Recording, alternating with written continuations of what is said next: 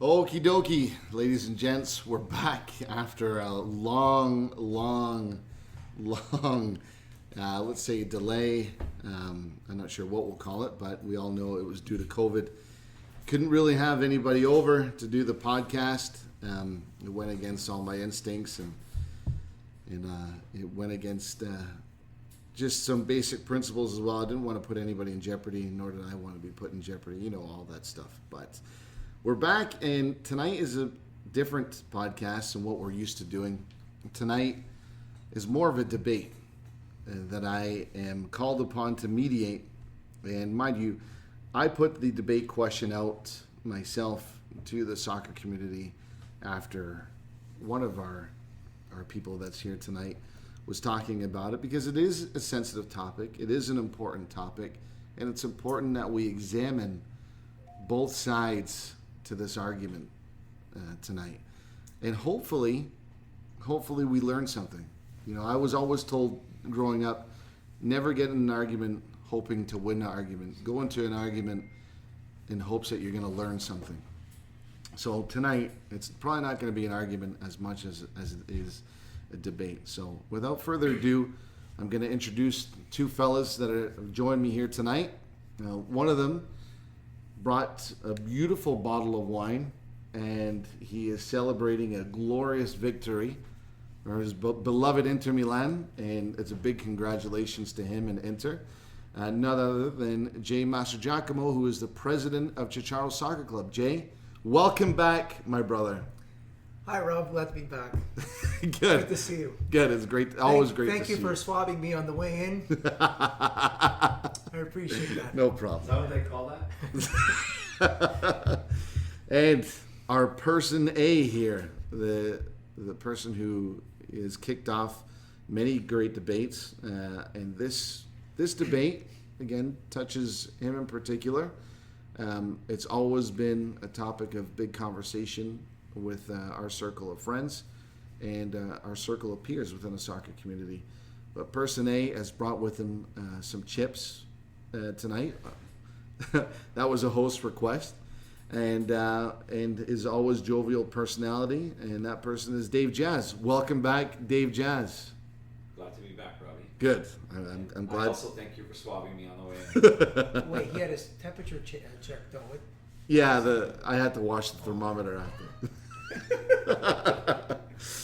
So, guys, I want to explain to everybody what exactly we are debating tonight. And the debate is basically the discussion on the status and what is happening in the local soccer scene. There's a lot of people with whom we've played in the past that are just coming into the soccer scene because, you know, their kids are getting older. They're just kind of transitioning from house league into competitive soccer.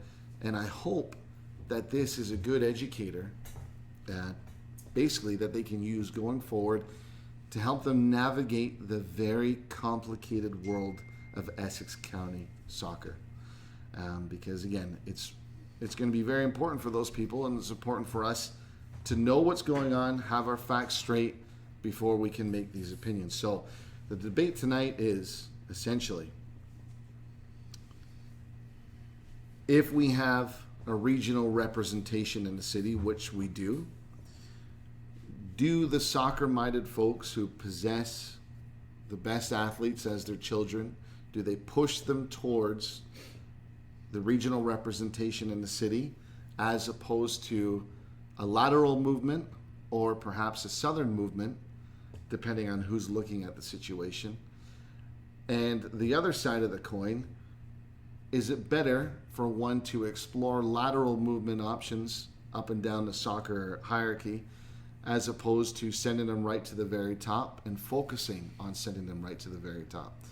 And that being said, if you could allow me just to explain the levels of soccer in the city. And please forgive me, especially all the administrators that are listening to this. I'm going to try my very best here to explain it. I feel like I know more about Michigan soccer than I do Canadian, but here it goes. So local soccer is governed by Essex County Soccer Association. Am I right, Jay? Is that the correct Essex name? County Soccer Association. Okay. So the Essex County Soccer Association facilitates a league in which local teams are allowed to participate, and they do it under a competitive banner, which is considered L5 soccer. L5 representing Essex County. So your Caboto, your Leamington, your Kingsville, your Amherstburg, your LaSalle Stompers, Tecumseh, Windsor Croatia, Windsor Serbs, those teams are immediately allowed entrance into the L5 realm. Sitting above that, from what I understand, is at the L3 level, which is considered a regional model, and the club that has that license is Windsor TFC, and Windsor TFC is allowed to play their soccer. I believe they touch upon some Toronto teams, but it is the Western Regional League, so I'm assuming it has to do with Southwestern Ontario Soccer. The one could you say above that, and perhaps this is the fulcrum of the debate itself, is it above or is it on the same plane, which would be Tecumseh's license to participate in the OPDL? The OPDL being the showcase and the elite competition in Ontario. Guys, do you have any objections so far to what I said? Am I somewhat accurate there? I think so. Okay. When I look at the Ontario Soccer Association website, it clearly defines from top down being national team, pro soccer being MLS, or like with TFC, there's a York team, some level of pro soccer, Right. University College, and then the provincial teams. Right. And then the leagues, and then your chart flows down from League One Right. all the way through down to OPDL to U13, and then anything below U13 is grassroots. Okay. And I've heard that they're going to increase OPDL to start at U12. I don't know if there's any truth to that or not.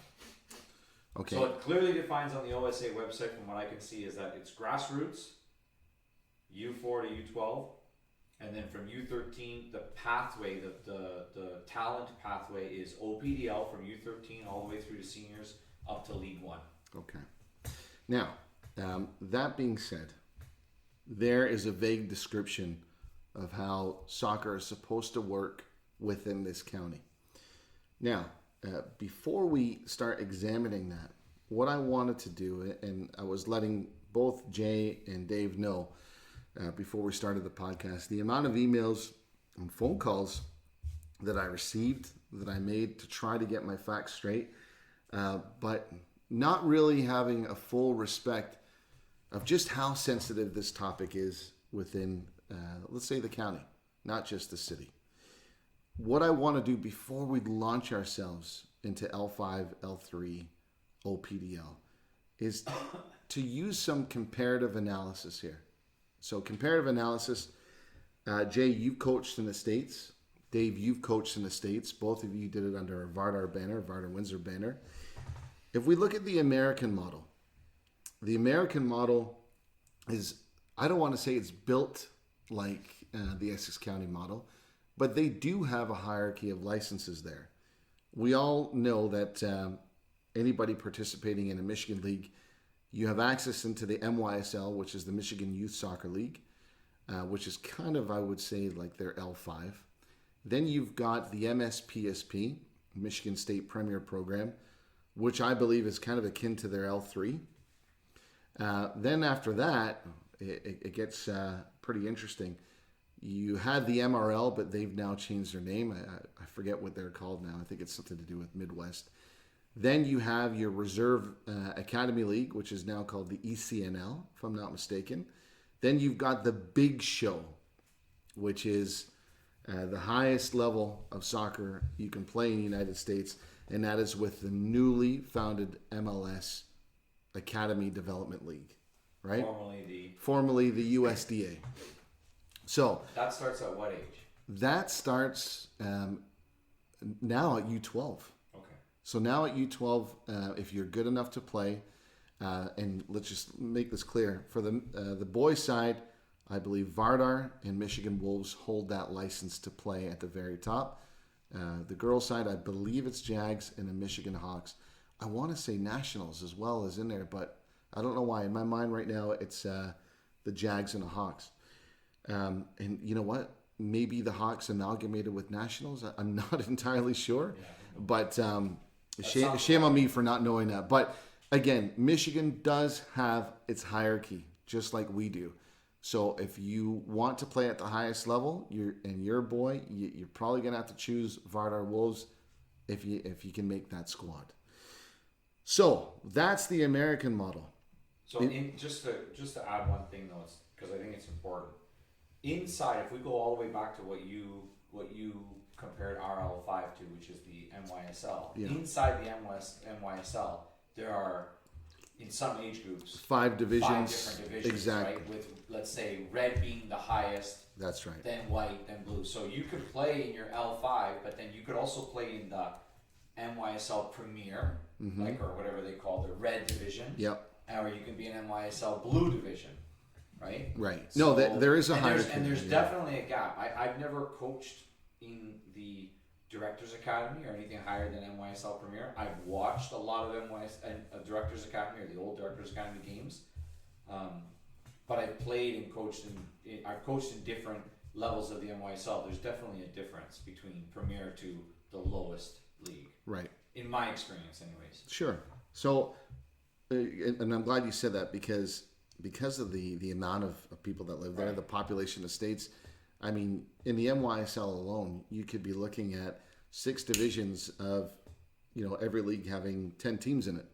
Right. You could be looking at 60 teams, which creates a variety, which creates a competition. That's like their house league. No, their house league is more recreational. And I just to let the Canadians know here, at a very early age, if you don't do well in the NYSL, you still face the possibility of getting relegated and promoted. Right. And you could argue that whether that's good or not for the kids, but at the end of the day, they're learning a little bit of life's lessons a little bit earlier than we are. So, because if you win the red division, you get allowed. You're given an allowance to go up to the Premier division. that's right. Right, in your age group. But if you lose the red division and you say, next season we want to play in the Premier division, that they're likely to say, Yeah, they're going to look at your you results. Win the red division. I remember when we were there at Vardar, that's the way it was. That's right.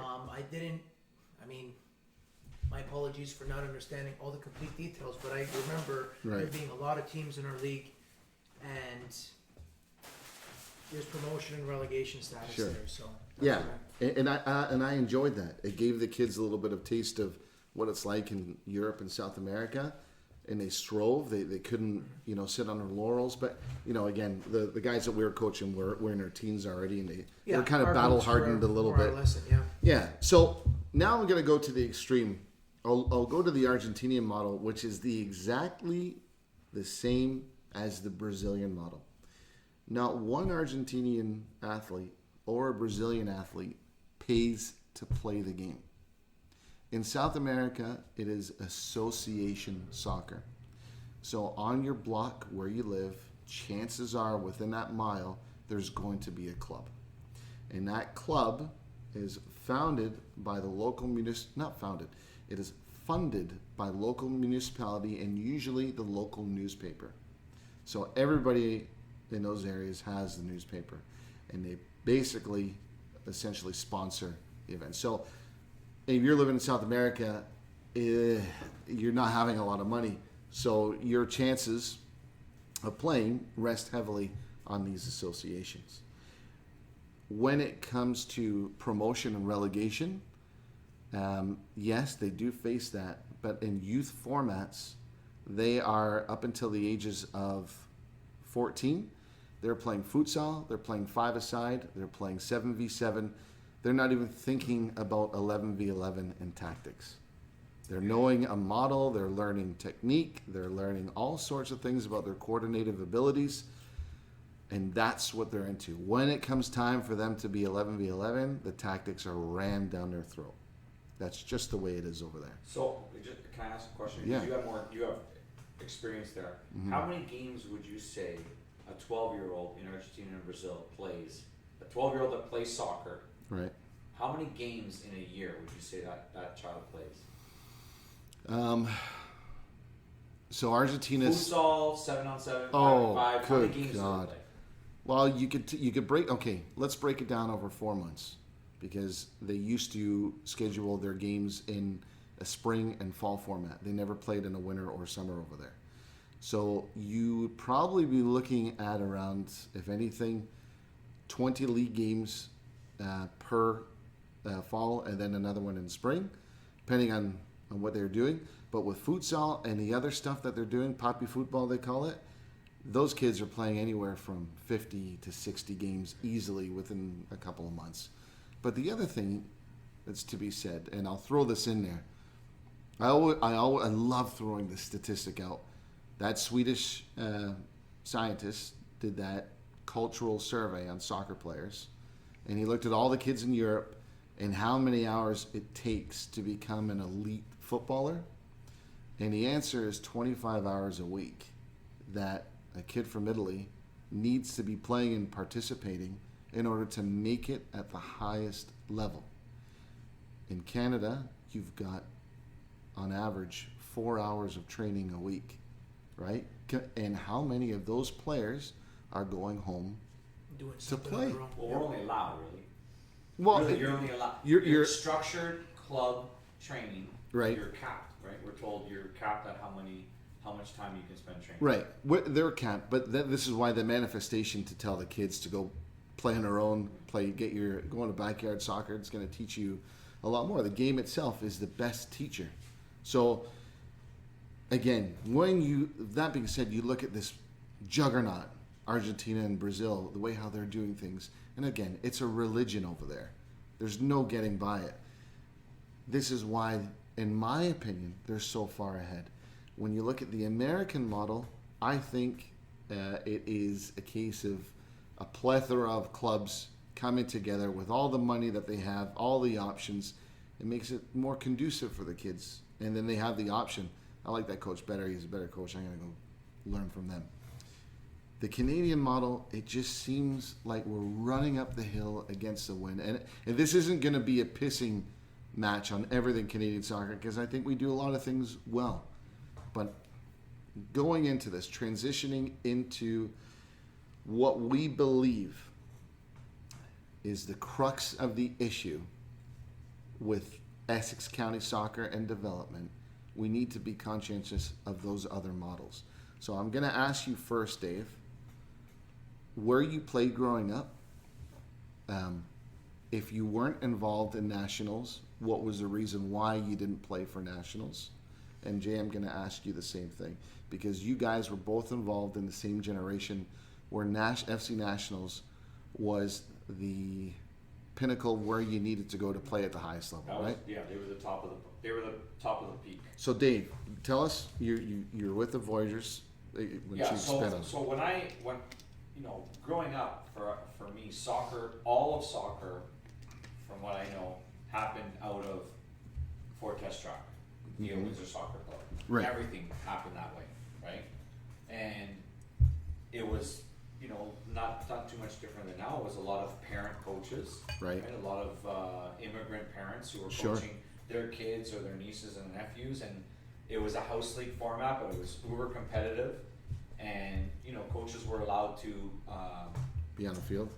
they were allowed to they were allowed to hold a certain number of players every year, and then the rest of the players got bunched up, so you always had these new teams, and then eventually at some age 2 or 3 coaches got together and said, hey, we're going to make an all-star team, because that's what they were all-star teams, and you're going to go and play in a couple tournaments. I think the biggest tournament used to be Bobble Island. You got a game on That's Bobble Island. the All-Star game Right? on Bob Island. So yeah. we got to play against a team from Scotland one year that beat us 13-1. I remember that We very scored clearly. one goal, and the goalie got ripped on by his coach and yanked from the game, crying in tears. Anyways, so it started there, and then eventually introduced to club soccer. So I did not make any Komodo teams or any other club teams. So my dad and another coach decided to pull the leftover kids that weren't selected, and they made a team called Latinos. and then I played with that team for 1 year, and then I went over to Kubota Voyagers, and I spent, I don't even know, 8 or 9 years, or So- 6, 7 years with Kubota. And then there was a decision, an opportunity, because Nationals really wasn't around. I think it was relatively young when the players on our Kubota Voyagers team were able to make a decision to become a team over there, Right. which was basically, which from my memory was, hey, we have a person who's coaching our Kubota Voyagers team, and he wants to take our whole Kubota Voyagers team and make it into an FC An Nationals FC team. Nationals team. It wasn't like, hey, you've been invited to a tryout, or hey, tryouts are on this day, or that's not how I remember it. It may have been that way, but I don't remember ever hearing or seeing, or I mean, I played a lot of soccer, but my dad never said, hey, let's go to the Nationals tryout. It was like, do you want to play with Nationals, or do you want to play with Kubota? Right? Okay, but And when that was brought up to you, though, were you cognizant of the fact that Nationals were traveling to Toronto and playing in the highest? You were Yeah. aware of that? Yeah. Okay. Yeah, I had played as a guest player with them a couple times. Who was the coach, if you don't mind me asking? Dino Rizzo was a coach for the first little bit, but then Yurder Bear was a coach for a little bit. It was kind of Mello? Was Mello? later on, but not. I don't know if he was with my age group or not. I mean, I was a guest player for a couple games, Sure. you know, and I stayed with Kubota, and then after high school, I bounced around with a couple different teams, and then I ended up with Rose City for a bunch of years, and then that's it. So, Well, I mean, I was with Rose City when you and your brother were still playing with Nationals, and Mike was with us. yeah, Mike was... You guys were on the Nationals team, so. Okay, but why, though? Why didn't you have a... Because there was a time when it was Manu's FC Nationals team. Yeah, so that was... How come you didn't want to have a pop at that? Like, well... Well, probably I wasn't good enough to make that squad. You know, who knows? Right. Who knows? I was comfortable with Kubota. I mean, I don't know. I couldn't say today if my parents had a hand in me going or not going. I know when I was given the opportunity to go play with Croatia in the Croatian tournament, my dad said, go. Go. Yeah. When I was asked to go play with Macedonia in the Macedonian tournament, my dad said, go. Yeah, When I was asked to go play in the States, I went to go play in the States, indoors in the States. So, I mean, you know, I don't think that that's the case. I think it was just a matter of probably not good enough, because nobody came to me and said, hey, we want you on the Nationals team. Yeah. Right? I think it was a mix between people just going with a coach saying, hey, I'm gonna move the team to Nationals, and players following that coach, and then, you know, some other players probably went, but Yeah. for whatever reason I just did. I couldn't answer you. If I could go back, You would have chose National. well, I mean, if anybody remembers the first 2.5 hour podcast I did, I said on there how I didn't realize until much later on in life how much I love the game of soccer. So Right. I think if I had a better understanding and a grasp of that at that age, I would have certainly gone that road. If I was able to, if I would have said, Coach, I want to play for your team, and that coach said, yeah, we want you, You would have gone. I would have gone back there for sure. Okay. For sure. Jay, what about you? Me, well, You play soccer? no, I don't. No. Libero! Yeah, libero. Anyway, like Dave mentioned, it all started out at the Windsor Soccer Club. And, Oh, you started there too? Yeah, the house league. That was the house league soccer. Right. Under 5 or 6 or mini soccer. And then I remember, Jesus, you're under 9 or under 10 or something. They come around to make, like Dave said, a house league team. And I remember going to the tryout that they had, and the coach asked, we want you to go on the tournament with us, kind of thing. And I just remember my parents just saying, no, that's okay. We're fine playing house league. You know what I mean? Like, I don't think that we knew the difference between house league and going away somewhere. You know what I mean? Like, I just don't think that not, I don't want to say the education, that it just wasn't open like it is now, like the understanding of it, right? Mm-hmm. Like my mother and father looked at it like, you're playing soccer already on Tuesday and Thursday. It's nice. You're on Franco's Pizza. You're not on. Yeah, You're not on the, and on this, maybe it was stars, right? it was a financial thing. Yeah. No, we're not going to go away on this weekend kind of thing, So, I mean that's pretty much it, Rob. From there was a guy I ended up playing with Kubota in the Windsor Soccer Club, because Kubota sponsored teams, and there was believe Coach Dario or something like that, under 10 or something. Wait, okay, so you were still playing recreational At the soccer? Windsor Soccer Club, Okay. Kubota sponsored A team. teams in the Windsor Soccer Club. Gotcha. And we were playing for them one year, and this coach, Dario or Darko, or Dario was his name, Yeah. and he ended up making a team and bringing it like competitive, Windsor and District, like under 11? something like that. This is what I mean. Like, I don't even remember. I just know that when the Windsor Soccer Club advertised for like all-star things or whatever, and they asked, okay, we want your son to go on this tournament. I just remember, no, that's okay. You're playing for Windsor Soccer Club. You're playing Tuesday and Thursday night. That's good enough, kind of thing. I got involved in the competitive thing when this Coach Darko. I wish I could remember his name. But it's just so I'm thinking long Dario ago. Darko. No, I Darko. can't. I know that they were Croatian. I Okay. think. So anyway, I don't know how old I was there, under 12, under 13, and we start playing friendly competitive games against the Windsor Wheels and teams that were already in. I believe it was Windsor and District, right? It was always Windsor and District, but in the competitive ages. And then from Windsor Soccer Club, went to play competitive with these guys, and I don't know, the coach didn't want to do it anymore, so my dad stepped in to take that over. Right. And I played 2-3 years with him. Got involved with the Serbs for a little while, and then from there, But you got involved with the Serbs when it was senior soccer. I was probably 17 or 18. Oh, you're 17, Yeah. 18. So, but until then, it was Kubota, and then I remember got involved with Rose City, like under 16 or 17 or something like that. Yeah. And then from there was the Serbs, and then it was all senior soccer from there, right? Yeah. But to get to your point, like I didn't. If I say I didn't, I knew about the FC Nationals, but like to Dave's point, I didn't think it was anything. I don't want to sound naive like this. I don't want to sound stupid like this. At the time, I just thought, okay, you're playing for Nationals, I'm playing for Kubota. That was didn't it. know. I mean, I knew there was guys my age that went to London and things like that, or England and things like that. So yeah, it was something.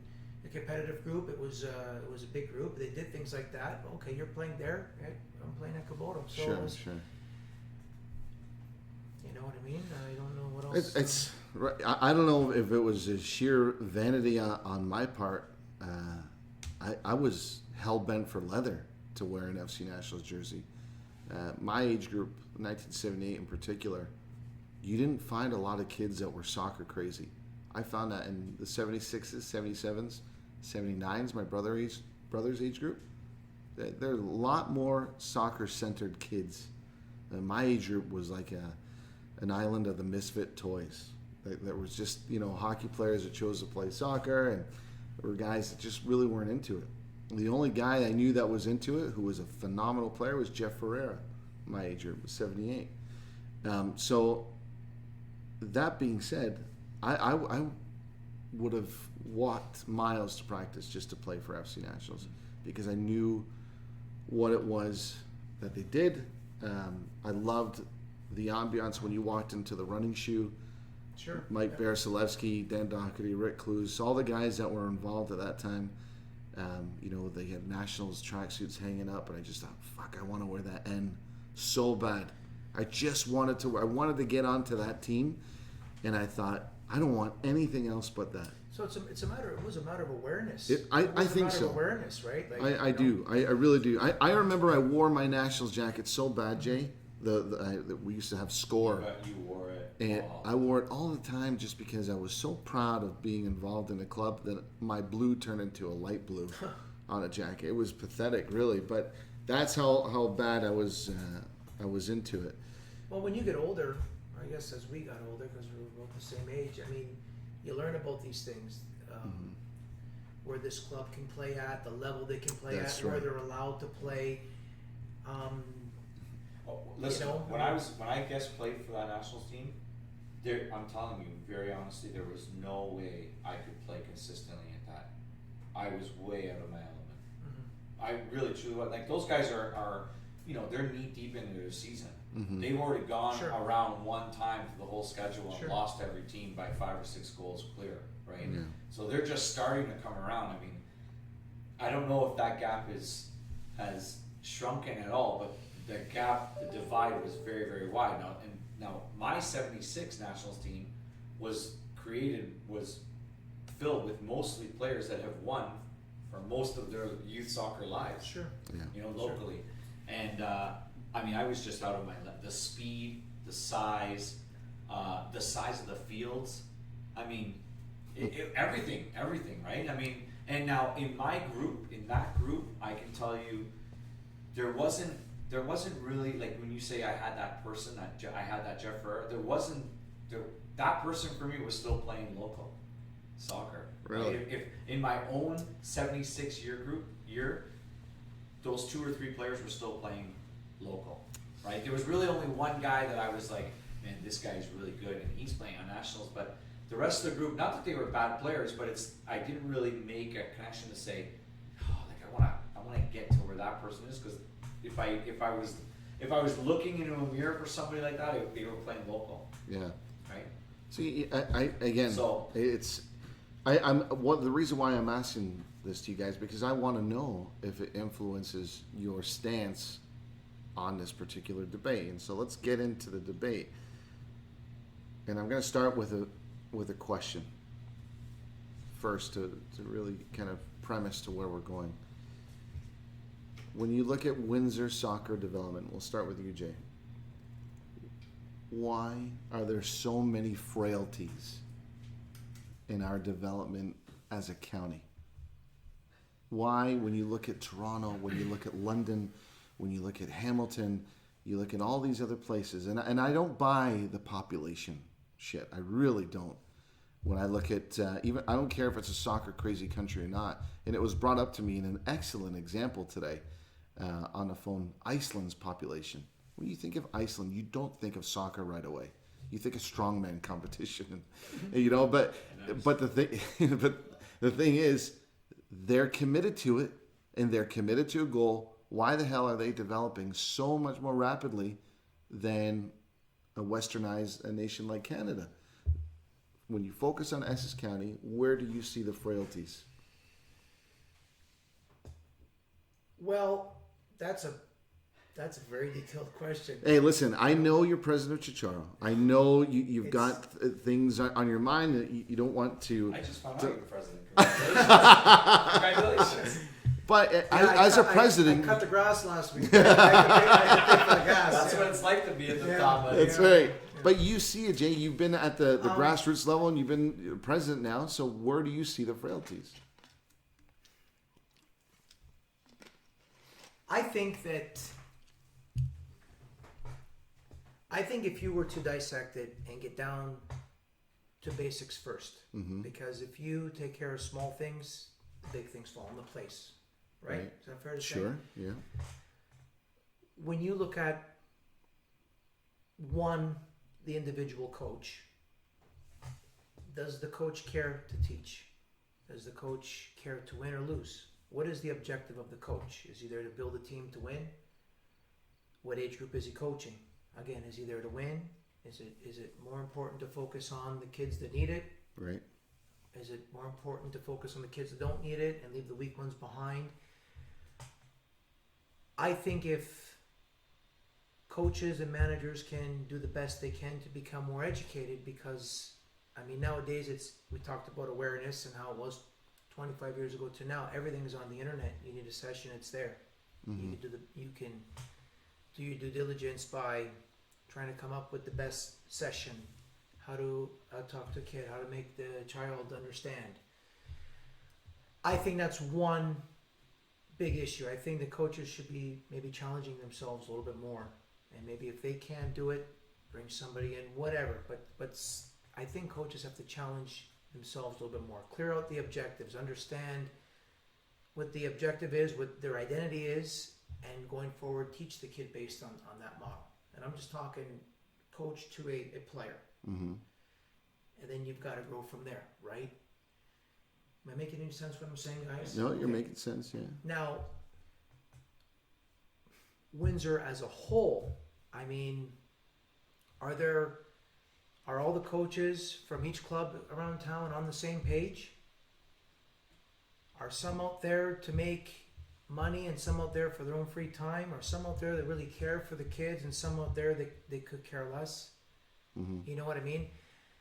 And then from there you go to the club. And does the club follow the same model? You know what I mean? I think that is a big factor. And the only reason why I'm saying that is, you know, you talk to a lot of people and you hear a lot of things. And you know what your opinion is on things, and you know, okay, I agree with him, I don't agree with him, I agree with him, I don't agree with or her, or vice versa, etc., etc. So I think that you've got to get down to basics and do the small things right, and then from there it'll help the big things come together. So somebody who's listening right now Yeah. is going to be shaking their head in agreement with you. Yep. What are the small things? And let me give you an example. The small things, what I believe you're trying to say in terms of development, we like to send our best coaches after U14, U15, U16 squad, as opposed to putting them at U7, U8, and U9 when they are the most active and enabled minds when it comes to learning a new sport. That's right. Sponges. So is that what you're kind of leaning towards in terms of development? I am. And I'm really trying to be neutral with what I say because I don't want anyone listening to get the wrong impression. I'll give you an example without criticizing anything. I try to follow what the OSA puts in place. Sure. As far as grassroots, U4, U5, U6, U7, etc., because that's the age group that I'm involved now. My children are there now. And even before my children played, I was trying to be involved in those age groups as well. Okay? And the idea of putting, and I really got to watch what I say, but I've already started, so I'm just going to say it. The idea of... Want a safe word? What's that long word from that movie? When I go somewhere and I see a 5-year-old child on a team of 11 children playing, 5 or 6 aside, and half the team is on the bench waiting to play, I one, it's not within the OSA matrix that's on the OSA website. Sure. So why are we doing that? Mm-hmm. You know what I mean? And it all starts there. When and again, I don't want to get in trouble, but when a coach is trying to implement to a 4-year-old kid the 4-2-3-1 and the responsibility of the number 6 in this formation, I mean, come on, they're children. They should be there. Your objective is to make them have fun. That's right. So they come back next week. Make them feel safe, make them enjoy themselves. And this is just an example. I'm not here to talk about that specific age group. It's just, okay, I'll give you another example of when I was in coaching with you. I forget where I was. We were in Cincinnati, I think. I can't remember anything that I did. We were somewhere, it was cold. I think it was Cincinnati. Anyway, we played a really good team. They were from Chicago. And the boys would have been 15, 16, okay? Maybe 17, whatever. And the coach from the other team, he was tearing strips off his players. Strips. For what? We're both freezing our asses off. We both got to drive 4 hours to get home to go to work the next day. And you 45-year-old man, you tore a strip off a 16-year-old kid. Yeah. I mean... But do you see that happening in Windsor? You think that's why that's a frailty here? No. You know what? I'm getting off topic. I was trying to give an example of what is wrong, and sure. that I did not see that happen. Because I do see that. I see that in Windsor. Do you? Okay, I have not to the extreme that I've seen this coach to do this kid. I'm using this as an example as if that were to happen anywhere in the world. Okay, that happens in Windsor. The player doesn't come back. The player loses passion. The player's 15, 16 years old, and you know what? Soccer is more. Coaching is more than just soccer. it depends the age group you're at. A 15, 16-year-old kid, you have a coach has a big influence on the kid. Sure. And if you do that to a child, now, look, if he does something that he could be doing better, there's ways to talk to him, but not in that manner there. Right. So when you ask me this question, I think the point I'm trying to make is that coaches, individual coaches, can probably do better to prepare themselves for a training session, how to deal with kids, et cetera, clarify their objective, get an identity for themselves. What am I here to do? Do I really care to win? Do I really care to lose? I want the kid to be the best they can be. And that model's got to kind of fit in with the club. Yeah. If the club has any direction, any say in what the coaches do. Yeah. I agree. It's easy to say the club. No, but I agree. Allow me to say something politically incorrect here. If you are a youth coach and you show up, your team shows up to practice, and you don't have a cone laid out yet, you don't have bibs laid out, and because kids appreciate order, they appreciate structure, and you send your kids on a run for a warm-up, do soccer a favor and quit now. Stop being an idiot, stop being an asshole, and quit. And this follows zero guidelines set forth by Canada or the US when you're looking at the realms of economical training. And touching upon Jay's point, which he elegantly does not want to say, is the best coaching should be involved in keeping the kids hungry, passionate for the game, enjoying the game.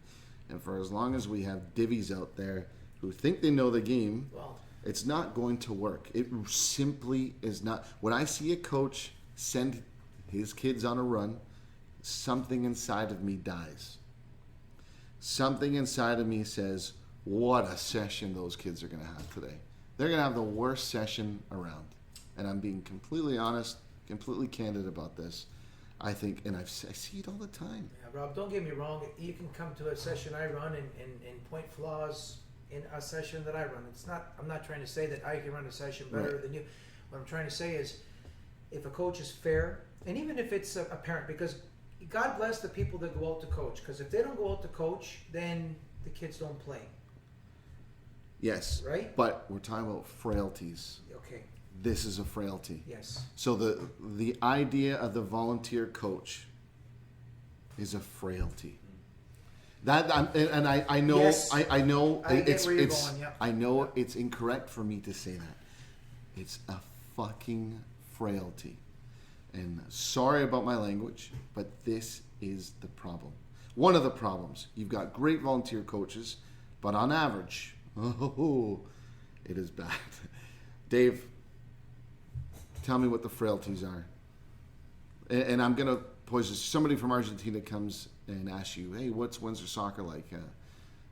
I want to come see what soccer, how it's being taught in the city. You don't have to name a club or anything like that, but immediately, what do you think the frailties are in Essex County? So I think that there are a lot. I think we have a lot of clubs. Mm-hmm. All of them with a lot of players. And I think that, like Jay made a point, a comment about, I can talk to this guy and we can agree on some things and disagree on some things, and I can talk to this guy and agree and disagree on sometimes some things.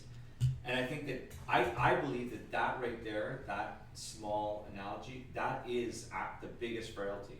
I think it's the fact that we have disillusioned ourselves with this idea of a utopia where we all sit on a round table and we all eat giant drumsticks and drink, goblets of wine and be merry and happy, because everybody's happy and agrees until they don't agree, right? Until I feel like until they have to give up something.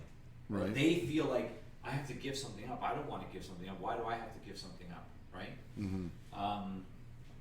Look, what I see in the little that I know, I asked the question earlier, but Rob, when you were giving some of the the examples and the layout for soccer in South America and Brazil, I don't think that our kids play enough games, and I think that mandating practice time is, I'm sorry, but I think it's ignorant and naive.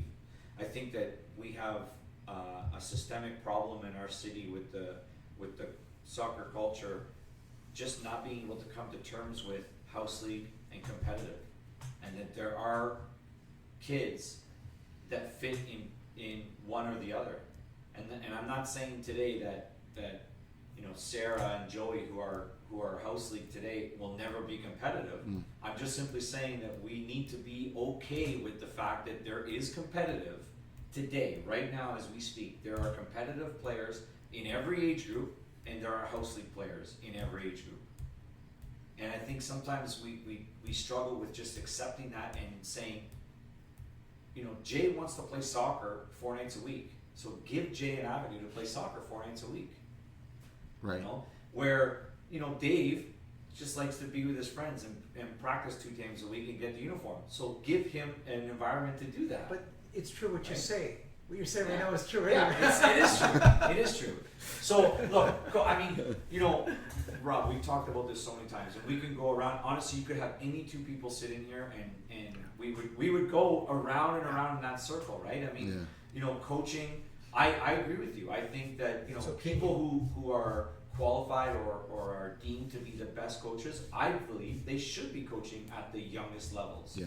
Right? If not coaching only those teams, they should be doing sessions, regular sessions with those age group kids, the extra training with those kids, right? Offer it. I'm here on these days, on these times, come and learn, right? Because realistically, without volunteers, We wouldn't. you Yeah, lose it. we You guys wouldn't have- have any. And that goes for Exactly. administrators, coaches, Yeah. presidents, Yeah. vice presidents, That's right. treasurers, all of it, The right? groundskeeper. I like. Listen, I think that paid coaches adds a level of accountability. I think that a lot of times, the parent coach gets away with, I'm just a parent. Yeah, but God Right? bless. So I don't know that. Yes, This yes, is not. yeah, This is yeah. not a knock on any No, one no, no, individual of them. But when the going gets tough, as a parent, or if I'm a club administrator, okay, if I'm the club president, I'm paying Jay to coach, and I'm having bad negative feedback. We're having kids not returning. Well, I'm gonna It's hold you accountability. accountable to that, right? Okay. But if you come back to me and say, well, I'm just a parent, right? But I also agree with what you said earlier, was that you can also hold me accountable and say, hey, Dave, I'm telling you I'm here. I want to learn. Where can I go and learn? Okay, What absolutely. licenses can I get? What courses can I take? Do you have somebody else? Is there a technical director that Everyone- can come in and show me things? So, in those little silos, but I think in the bigger picture, I really go back to that round table picture. I think, I just took our quick count. We have 1, 2, 3, 4, 5, 6, 7, 8, 9, 10, 11, 12, 13, 14, 15, 16, 17, 18, 19 clubs just in Windsor. That's not including Chatham, Essex, if they have any house league or any clubs over there. So there could be another 3 or 4 there.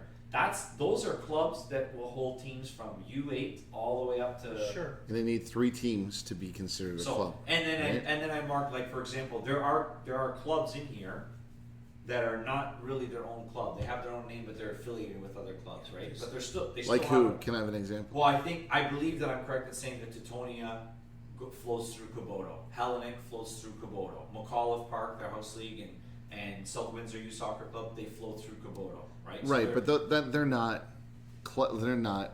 They don't have ECSA representation though. they're on the ECSA website as a recognized club. Yeah, South but Windsor okay, Soccer. no, but like when you say club, and forgive me, maybe other people will agree with me in this. I'm thinking a team, like a U9, Like U10, Amherstburg, Bell exactly. River, Kuboto, Yes. Chicharo, Eastside. Who are Youth the Soccer. active clubs? Who are the active clubs? So there's Amherstburg, Bell River, Kuboto, Chicharo, Eastside is on there, listed on there. Windsor Nationals, Hellenic, LaSalle, Leamington, Tecumseh, Teutonia, Croatia, Polonia, Serbs, Windsor Soccer Club, and Windsor Wheels. So, question to you both then, after you said that. Why so many clubs? Why, when we look at Windsor, when we look at the dilution of quality player pool on both sides, on boys and girls sides, why the need for so many clubs? We'll start with you. I don't think that you necessarily. I don't necessarily think we need them, but I don't have a problem with there being this many clubs. You don't? No, you could throw another 10 in there. Here's how I look at it. When I was growing up, everything went through Windsor Soccer Club. It was very simplistic, right? Windsor Soccer Club, we pick a travel team or an all-star team, and then they become some sort of a travel team, right? Okay, yeah. And you know, you kind of just play, and then Nationals, FC Nationals came about, and then I don't know if it was at the same time or a few years later, Eastside Kickers came for the women's side, for the girls' side, Right. and FC Nationals was the peak. That's where kids wanted to strive to. They wanted the Nationals jersey. They wanted to play in that. What was it? The Ontario Provincial League. Yeah, OSL and OSL, OYSL. Yeah. OSL. That was the highest league.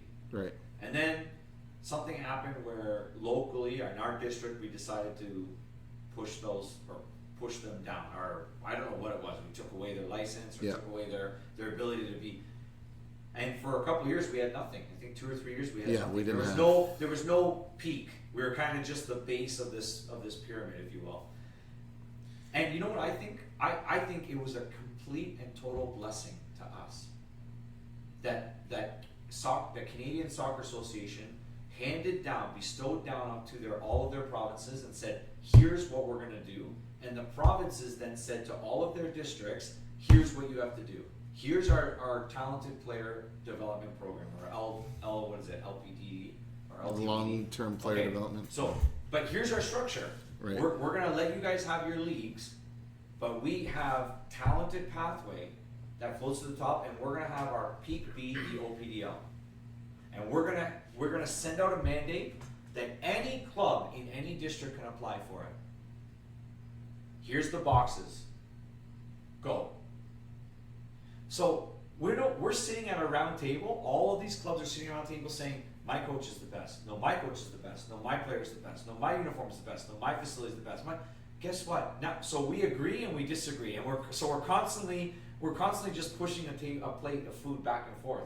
Now we have a decision maker that didn't come from any of us. It didn't come from Amherstburg, from Bell River, from Kubota, from Chicharo, from Eastside. It didn't come from any of us. It came from the top down. Yeah. Right?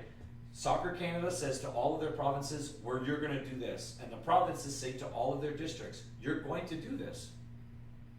All of your clubs that are registering your district have the ability to apply for this, and we're going to give it to somebody. Yeah. And in Essex County, we had a club that checked off their boxes, first or better, and they were given that license. And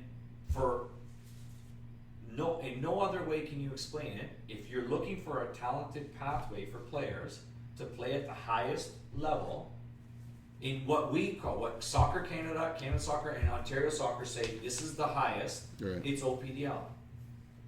Right. Okay. So before we go there yet, Yeah. before we go there,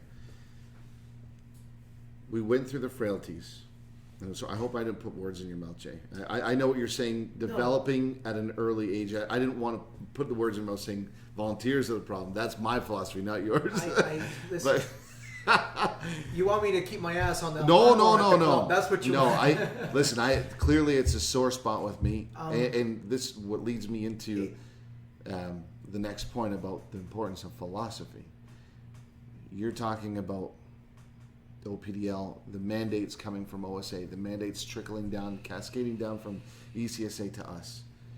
Now, we go into the importance of philosophy. So it doesn't matter if we have 30 clubs within our district, as long as there's 1 or 2, depending on how the pyramid goes, it should be filtering out.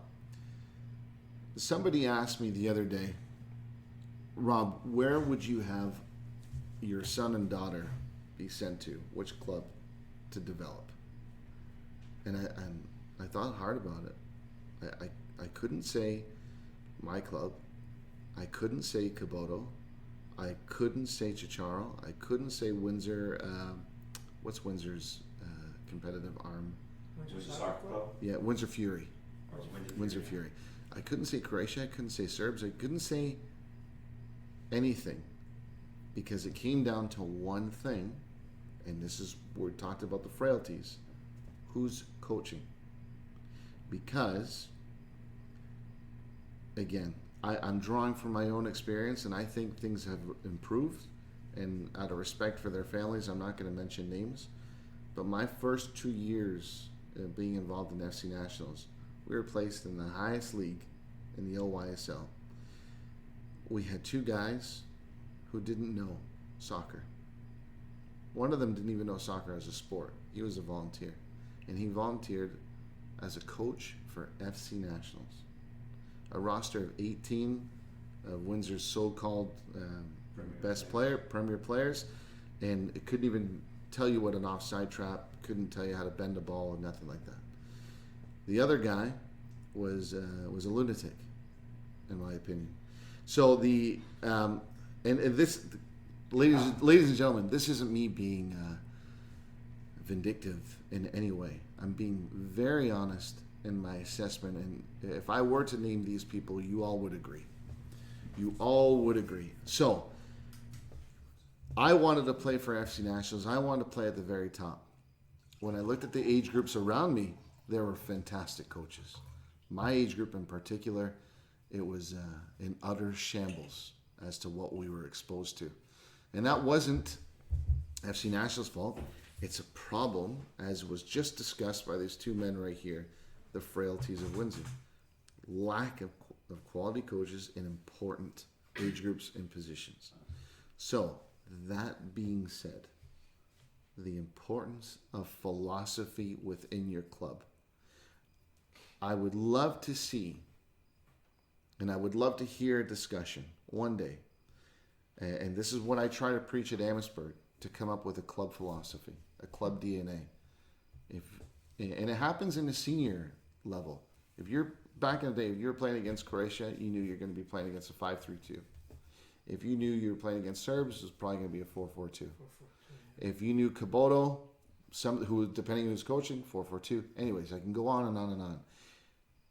What is lacking in terms of philosophy are club philosophies.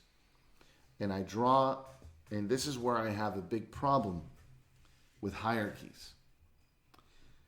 In the States, for example, and I'm sorry to my Michigan fans out there, one of the clubs that I mentioned earlier on is all about direct soccer. And Jay, you lived through this, coaching those boys. You did a phenomenal job. But some of the best teams that you and I were up against, they were the most direct teams ever. And we're talking fullback to number 9. Yep. And then playing down the way and then building back up. It was physical, fast, and that's it. Now, we're talking about the academy level. Some of the directors of clubs over there in Michigan, and I heard this, that, he's too small to play. Mm-hmm. She's too small to play. That is fucking gash, by the way. Fucking disgusting. And I drew a comparison earlier on in the podcast. What if Xavi and Iniesta were born in outer Greater Manchester? What if they were? Mm-hmm. We would have lost two of the world's gems to see as midfielders. We would never. They Maybe. Never. Well, no. Let's be honest. If the kid is good enough, let's be honest. If they're good enough, the coach will take them. But Dave, if they're good enough, the coach will take them. Dave, how do you know? Listen, Xavi and Iniesta, were they spraying long balls everywhere? No. They were playing short, intricate passes to build up the lactic acid of the other team's players.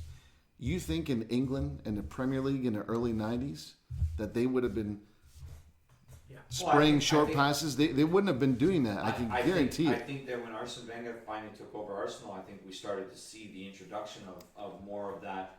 Let's not go from fullback to number 9, but let's try and, it might not have been 10 or 20. It might have only been 3 or 4, but it was still more about let's find a way to work it up there. Yes, I agree. Right. We saw that, but look at Arsene Wenger's midfielders. They were players who could adapt to Premier League pace and speed. You had big Patrick Vieira. You had Emmanuel Petit. You had guys who were tough, strong, robust, and fast. They weren't the game's greatest thinkers. No. The only Barcelona-esque style of player that came to, I believe, British shores in the middle of the park was Fabregas when he came on the scene. In Arsenal. At Arsenal. That was it. But when Fabregas went back to Barcelona, could he fit in one of the greatest teams ever assembled? Well, he scored some big goals when he played a lot of minutes for Barcelona. He played a lot of minutes, but he didn't. He's pretty good. He was good, but he wasn't. I'm not disagreeing with you in a macro sense, but I just, you know, if we're talking about Michigan and knowing what I know and seeing what I see, I think I can tell you there's a lot of coaches that would stand there and go, man, they're small, but if they're good enough, they're playing. Well, look, Rob, to your point. Like, oh, sorry. I mean, I've seen it. I've seen them Dave, do to it. Rob's point, and I don't want to take any more time. I'm going to try to make it quick. The number of times we were in the States for tournaments, on 2 occasions, they were offering seminars. One time in Cincinnati, and I went to this seminar. There might have been 50 people there, or whatever, but they were offering like coach seminar, right? Another time, I think we were in Indianapolis. So 2 occasions I went to these seminars, right? And you go in there and you sign in, and they were offering this at this specific tournament, right? So you go there, and again, coaching is a philosophy, is an opinion. The club has a philosophy, et cetera, et cetera, et cetera, right? I'm just trying to make it quick. I don't want to get off topic. No, it's okay. And from my experience coaching in the States, and you got more, and I know your brother's big there and all that, and I can be very mistaken what I'm going to say. On my experience from what I've seen in the States, not to criticize American soccer, okay, very direct, very aggressive, as you mentioned. From what I've seen from the other coaches on the other side, very aggressive, very direct. Okay, I go to the seminar. Okay, these guys are talking about aggression and direct. And Sure. I'm thinking, my God, are we ever going to get to scenarios or things like this and that? And one of the things that I did not see in the time I was coaching there, especially in the showcase tournaments, was the coach's ability to change due to the game situation. Okay, and not that I'm the best at all, but I'm talking about them now, right? If the game started for them and it didn't start the way they wanted, it was just a lot about getting on their players. Come on, you got to do that better. Come on, what's the matter with you? And all the above, right? So I this guy was talking, and I challenged him. I said, so you mean to tell me that 2010 Inter at the new camp, right? Okay. They didn't have a chance when Thiago Motta was sent off. That was it. They were done. So now Mourinho went there and he just gave the players shit because they should be pressing in the last third and all that. Right. Right? You have to change to the game. And everyone laughed at me. Everyone laughed at me. Second seminar, the same thing. Right. So I don't want to lose topic. I don't want to lose track. But to your point. You're saying the philosophy with zero adaptability fails. I think I was trying to stay more to the philosophy as being direct and being aggressive, Right. Opposed to one that can adapt to the game situation. Sure. You know, and what do you do if you lose, if your aggression and your direct play is not working for you? Right. Yeah, the ability to. And I was just trying to get to your point about, Yeah. oh, that guy's too small, he'll never work for me. But and You know? that's it. When I hear that stuff, and I use that Xavi and Iniesta example because it can be glaring obvious just because of the difference in height and stuff. What Paul Scholes was an England international. He's one of their best right? players. But Paul Scholes was a hard ass. Yeah. He had red cards not left, right, and center. But that guy, he wouldn't back down He was a good from a passer of the tackle. ball still. He Paul scored Scholes to in me, tackled. Paul, Center of the park right? there. But he had Roy Keane with him. Yeah. There's a big difference. When you have Giggs, Beckham, Keane, and Scholes, things are going to magically click. But again, Paul Scholes, comparatively, his body frame to Xavi and Iniesta is night and day. That guy was a little brick shithouse comparatively to what those two Spanish guys are, right? So, but again, what I'm trying to say is, for a club to have a philosophy to say, he's too small, he's never going to make it. That's the wrong philosophy, especially when you're at youth soccer. Now, I get it if a kid is backing away from tackles because he's too small and he's intimidated the size, by all means, get him out of there. But I don't think somebody should be discriminated against because of sheer size. And I'm sorry, and I don't want to use the Argentinian card here. Maradona, Messi, Ortega, Gallardo, Argentina's greatest ever number 10s, none of them have been above 5'6". And the world loves watching them. Pelé was 5'7". Pelé was short, 5'7", maybe 5'8". Garrincha. Those players that can excite, that have the technical ability to do what not many other players have, you cannot pre-screen a player based upon their height and their physical attributes. So Philosophies. going back to it, and again, we're talking about maybe a Michigan concept. I don't think Wolves share the same one, but my brother gave me a great indication. When you go across the states, you go to Chicago, you see Latino type of style soccer, Good. all on the ground, everybody playing on the turf. You go to Cali, it's the same thing. You go to Florida, same thing. Latino hotbeds, those kids are on the national team, Sure. right? It's culture, isn't it? I believe a lot of it has to do with culture. New York kids, a lot of Italians, a lot of Latinos.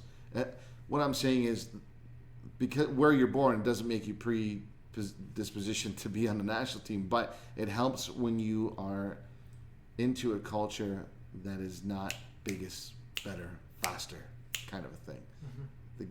It's about cultivating the game itself. So, in Windsor, philosophy. I've never been a part of the Tecumseh Soccer Club, maybe as a player for Phil Ferrante back in the day. I've never been a part of Windsor TFC before. I don't know if they have an inherent culture behind the style of play, principles of play. And knowing Ryan, knowing Vancho, I think they probably do. I think they do probably try to preach a style of play. Is it cascaded down to all of the technical staff is the biggest question. Am I right? You know what? I don't want to speak for any clubs, but I can speak from what I experienced from Tecumseh Soccer a few years ago when I was more involved in coaching. Right. I got a number of phone calls and emails from them saying, "Hey Jay, you know what? We're having meetings." And they would put a session on the screen, and they invited me all the time. Well, for a period of time there, they were inviting me. We're talking about this tonight, talking about that tonight. And I went a few times when I had time, and I thought it was great. Good. So Good. I had imagined that they were doing that, they did that, and they may still be doing that. And if that's what they're doing, and the coaches are listening and they're passing the message on to the kids, I think that's the way ideally it should be done.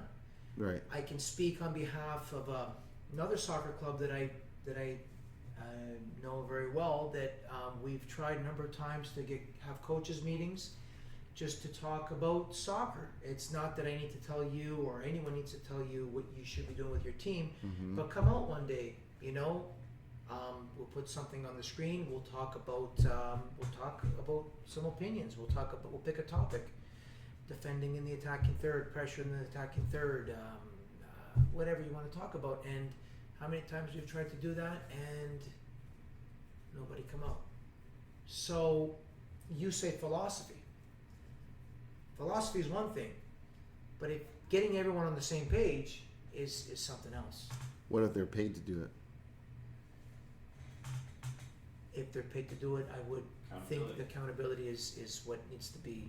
If you're being paid to do something, You showing up. If I have coaches from age small to through adolescence to the senior, and you've got the proper pyramid and you're being paid to do it, yeah, this is your technical director and this is what you're doing, because the 11, 12, 13-year-old coaches, then that group moves up to the next coach, and you've got a program, you've got a structure, you've got a philosophy. Right. So when those kids move up, we've talked about it how many times. Absolutely. How many late nights we had, just to talk about it. That's the ideal. That's the perfect world. That you need everyone on the same page. That's right. And to your point, if you're not paying coaches to be there, then you get a guy out. I know more than you. You know what I mean? Like, I'm not coming tonight. yeah, Yeah, Well, it's soft. Even if something, what always got me, even if you sat down with somebody or you have a license or whatever, you can always learn something from the worst session you've ever seen. You know what I mean? You gotta be an open-minded person, and you always gotta. Every day you wake up in the morning, you gotta push to be better than you were yesterday. But not everyone is gonna do that, right? Their objective and their identity, right? Yeah, absolutely. Maybe they don't care about the club. Maybe this year they're here because the registration is cheap. Oh, this year's $50 more. I want to go somewhere else. Personally, I don't care about any of the clubs having any philosophy except for our OPDL club. And in terms of the rest of, you know, again on the macro, that comes from Canada Soccer. Soccer Canada decides what the national team, what formation they play, whoever their technical director and coach is, and that's it. Mm-hmm. They play 3-4-3. That's what it is. It's 3-4-3. That's right. And if you're coaching anywhere near that level, you're coaching 3-4-3. If you're coaching a youth team, you're not coaching 3-5-2.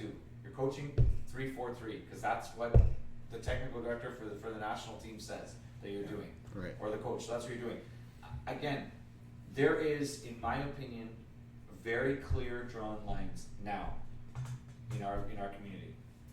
Every club on this list is, in my opinion, a house league club.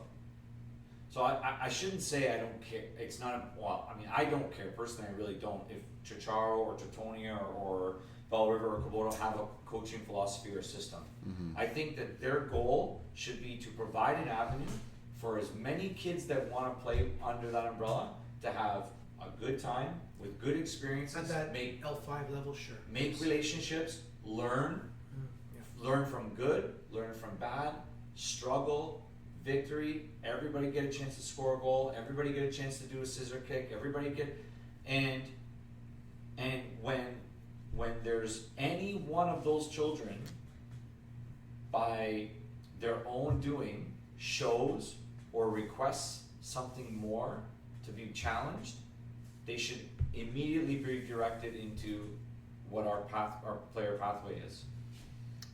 And I think that if Jay says, in this case, in our world right now, it's Tecumseh, okay? And I can tell you very matter of factly, I've had conversations with Ryan in what my feelings are towards that, but it is what it is. Right. So if Jay comes to me, if Tecumseh has not established, how do I say this? If I'm coaching Jay, it's not my place to say to Jay or to his parents, "Oh, you don't want to go there. They don't have a philosophy. No. They don't have a formation. Yeah. They're You shouldn't shoot down the other. No, Yeah. it's not even about shooting down. It's very simple. Jay is clearly, in my eyes, a talented individual. Jay himself and his parents have said, "Hey, listen, we're looking for something more." Yeah. Their more is right there. And then let that work itself out. Jay might go there and have an amazing time. Jay might go there and have a terrible time. Jay might go there and kind of teeter for years. He might come back. Whatever it is, but that's his experience to have. It's not mine. It's also not my responsibility to make sure that to make certain about what kind of experience you're going to have over there. That's their responsibility, and they should be held accountable by Ontario Soccer Association, right? Because it's them that should be saying, Well, hey, you got a child. Sorry to cut you off. No, that's okay. But I mean, that's my feeling of it. We are. Everything else is based. It's essentially it's a house league with nice uniforms and a regular practice schedule and a league to play in. And at some age groups, you're allowed to travel a certain distance to play. Let's be humble a bit. We've all coached players that they've done really well for themselves, especially some of the 19, 20-year-old boys now that are in scholarships and things like that. And when you're coaching at an L5 level and you see someone who's really dominating the game, dominating the league, and all the above, you as a human being, as a coach, you want nothing but the best for that person. So if you're that jealous coach that just worries about your under 12 team winning the league, Dave's point that he made there, don't go here, don't go there. But if you're someone who cares about that person, and maybe back to my point that I made 20 minutes ago or so, hey, what can I do for this player? You know what? I really love for you to stay, but you know what? There's this coach over here at this other club, and you're making okay. Actually, it's not even your job to do that, really. Again, Ontario Soccer blessed us by saying, "Hey guys, fill it out. Tecumseh, you got it." It's Tecumseh's responsibility to come to Jay and say, "We like that kid. We would like that kid to come and try. You also got to watch the objective and what the child wants to do too. No, absolutely. You know, maybe but it's they- not. I'm yeah. not saying Yeah, just yeah. grab them by the hair and throw them over there. I'm saying it's maybe- their responsibility. It's maybe the they- OPL maybe- club's responsibility to come to Jay. I mean, listen, it's gracious, and in the heart of hearts, it's the right thing to do if you're the coach to say, you know what, like you don't belong here, right? Come back here and play summer with us. But you should go train over there, The right? coach Or over whatever, however it works, right? I mean, look, we only have, for all intents and purposes, at this conversation, OPL starts at U13. As far as I'm concerned, the best players in the city at any age group should be playing wherever they want to play, wherever their friends are, wherever the kids down the street live from them play. If you live in LaSalle and you got 4 kids on your street or in a 3-block radius of you, and they play for LaSalle, in our summer season, ESL season, you should be playing on LaSalle. Why? Because you're more likely to be outside, non-practice nights, playing a game of pickup on the sidewalk or on the street or in the park with your buddies that live around you. Sure.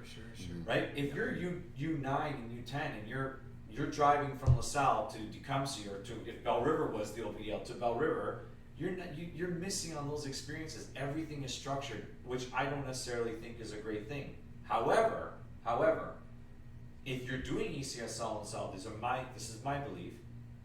And Jay, you have been recognized as a player that wants more soccer and can play more soccer. Then if you choose spring and fall season, you should be with a team that's kind of been cultivated to say, hey, we're looking at this group at U13 to become the U13 boys OPDL team, right? And yeah, of course it's going to change. Of course, Jay's going to hit a growth spurt. Or Jay's not going to grow. And so by the time we get there, he might not be on the team. And that's okay. We'll take care of that when that happens. But today, Jay's coming saying, I want more. Great. You know what? We're going to go to a tournament. We're going to play Ponto's Magic Tournament. Mm-hmm. We're going to play in the NYSL Green Division for spring. Come and play, right? You meet new kids, have new experiences. Don't have a parent coach. Don't have, not just your parent, but any parent coach, volunteer coach. Have somebody who is going to be held accountable to have cones laid out, have bibs laid out, have a practice session done, show progression, be able to talk to parents and evaluate, say, this is where we see the kid. Whether you agree with that evaluation or not, again, we can go around and around. Yeah, but don't you think that part is important though? Because let's look at Vardar, right? Okay. When you look at Vardar's website and you click the professional staff link. When you look at every one of those coaches, they've all played at a high level. They have high level of licenses, and whether you can call them mercenaries or not, you know that they are going to be one hell of a coach and a shit kicker at that, right? They're not going to take anything lightly. Everything's going to be serious. Well, because of the level they played at. Because of the level, there's a manifestation there. Yep. We've got to hit this seriously. Those guys have meetings once a week, and because I know it when I talk to Stevie, he tells me what when they have meetings and all that stuff. When I look at the Tecumseh, for example, and again, this is my ignorance. Sure. Maybe they do, but this is me being devil's advocate. Everything that you're saying, it sounds great. It sounds utopic. It sounds. Everything what the OSA planned this out for, you're making sense. I don't think it's utopic at all. I think it's very volatile because it's hard for our soccer community to digest that. Right. I think it's very hard for Teutonia or Helena or Polonia to come to terms with, the LPL team has taken Pavel, right, my fastest player, the only player who can do scissor kicks. He plays soccer every day. Of course they took him.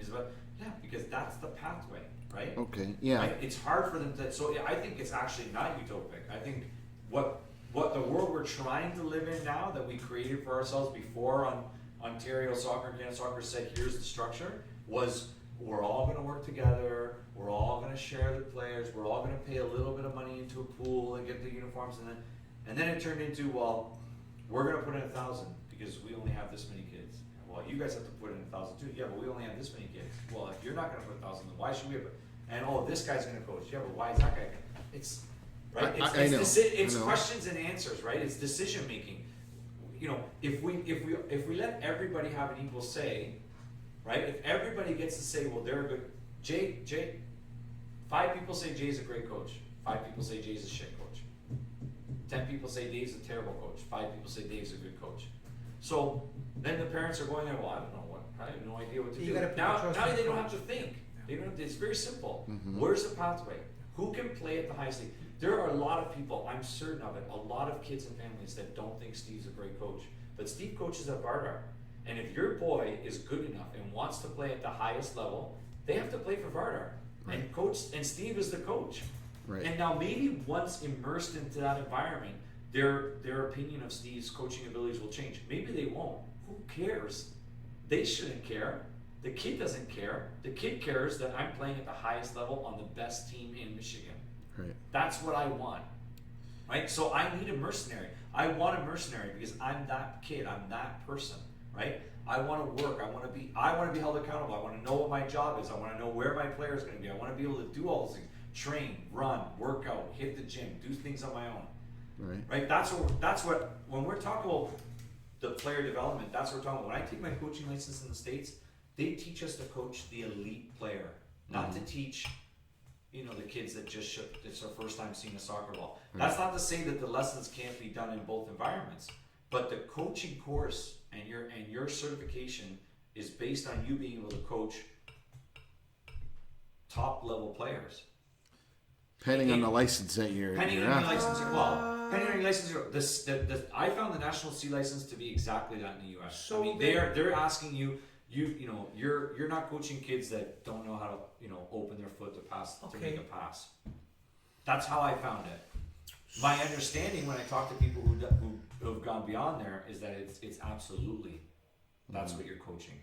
When they bring those kids in to help you run the session, you're getting, wherever you are, the best of the best that they can get you. So then I don't want to get off topic, or maybe I'm not getting off topic, so then we talk about a individual club identity. We talk about the district identity. We talk about what's the OSA's identity, because even that preview course we took, there were some good guys that played at a high level, and they were good coaches at the time. Okay? Yeah. But there was a number of us that asked, and me included, saying that this is all great, but what happens if you are not coaching a college team, a team that everyone can bend the ball? Son of a gun, my session was the shooting session. I never shot a ball in the end of my life. You know what I mean? Yeah, listen, I mean, you know what I mean?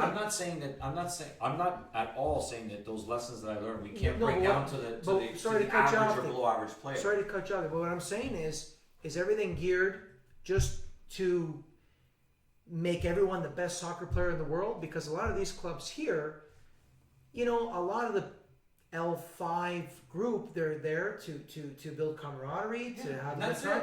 Okay. Live in that world, live in that pocket, and do the best job you can in that pocket. Don't live a little bit in that pocket and then say, we're gonna go win the what's the big tournament in Toronto? The Robbie. Yeah, we're gonna go and win the Robbie. No, you're not gonna win the Robbie because you're not. That's not what your focus should be. Your focus should be exactly what you just said. Create the best environment you can for that. If you have 10 kids every year that for whatever reason you've marked or somebody else has marked or they've said, hey, we want more, that we have that now. Without question, we have it. It's there. And listen, of course, they're not perfect. That club is not perfect, and all of their coaches are not great. But if we want to talk about, we're only going to have our kids play if that coach is really good, well, then we end right back up where we were before, which is nowhere. But that's a reality. 4 kids over here, 4 kids over there, 4 kids over there. So who directs that? Sorry. The technical director in this case can't fail when it comes to personnel. So if we're talking about frailties where the kids need to go, and it sounds like Tecumseh, in this case scenario, has things buttoned up pretty tight. I don't know all of their coaching staff, but I can tell you, just from my own experience with the 99 Varner boys, the first Varner Windsor boys I took on, they were all L5 players. We may have had 2 that defected from the FC Nationals. FC Nationals, and I'm sorry to say, I don't mean to embarrass the gentleman, not a lot of confidence was instilled in this guy, and he seemed to be more of a volunteer, this guy, for FC Nationals, for that age group. And within a year, that 99 team was probably the best in the city. They were doing really well in Michigan. Their last year, I think I don't know how we pulled it off, but we ended up getting ranked 5th in Michigan before the team dissolved. But that was a group of L5 boys that were never going to be given a chance. And FC Nationals at that time did not have a strong coaching problem, and they were the district. They were going to Toronto every weekend and getting their asses handed to them, and not learning a thing.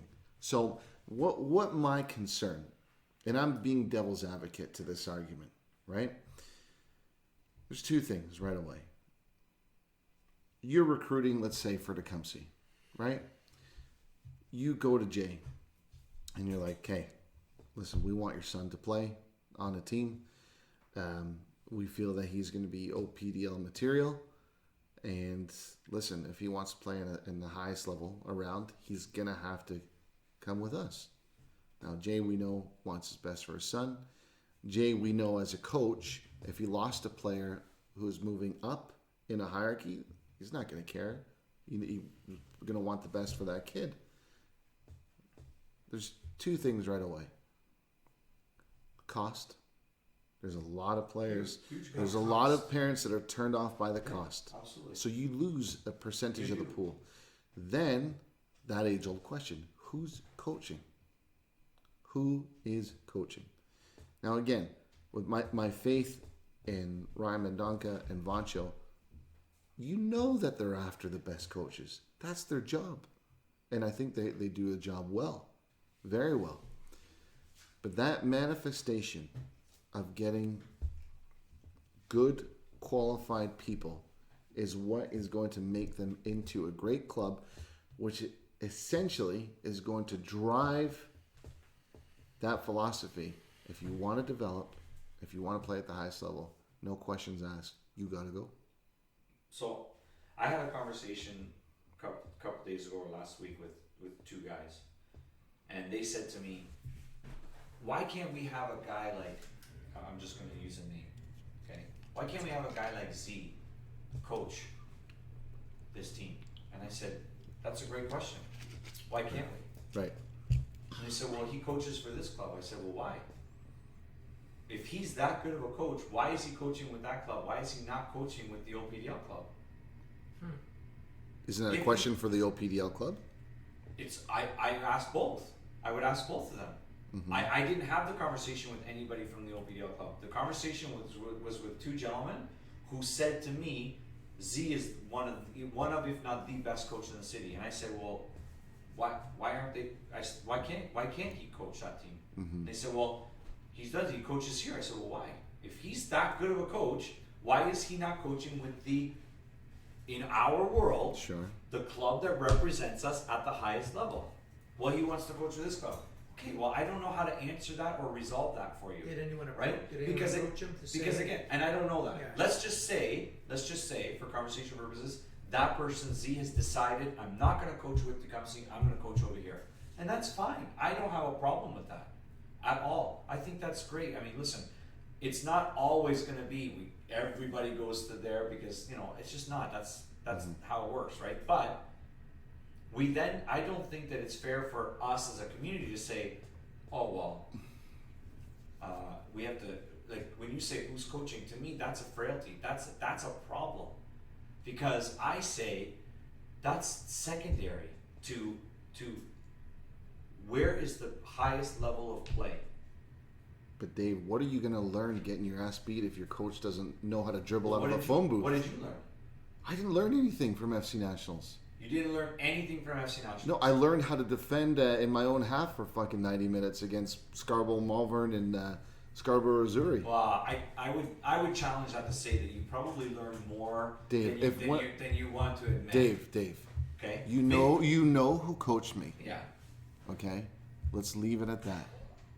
I So- learned more from your dad in a backyard session in 20 minutes than I did in the 2 And years that's I was at great. And FC you know what? And Nationals. listen, my dad would sit here today and he would say, yes, I have a philosophy. I think this is what should happen, but I couldn't coach in that world because I didn't have the language, I didn't have the education, I didn't have some of the things that you need to have. So, I mean, this is gonna slide into a conversation because I've also heard people tell me, oh, you don't need a coaching license to be a good coach. That's bullshit. So, okay, utter but bullshit. listen, but guys, listen.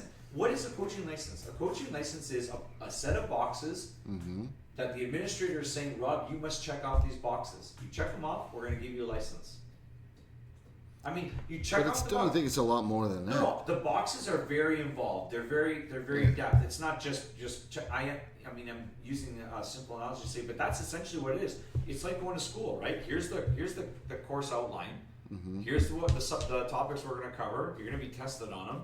Test well, pass, you pass. I mean, that's what it is. So where you people say you don't need a coaching license.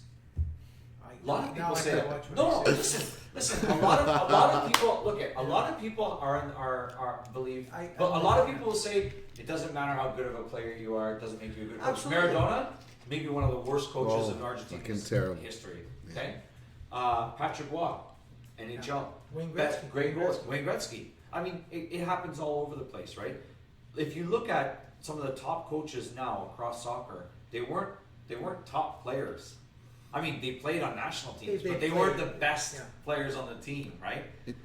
But that excuse the point. I believe that the license is, again, it's a tiebreaker.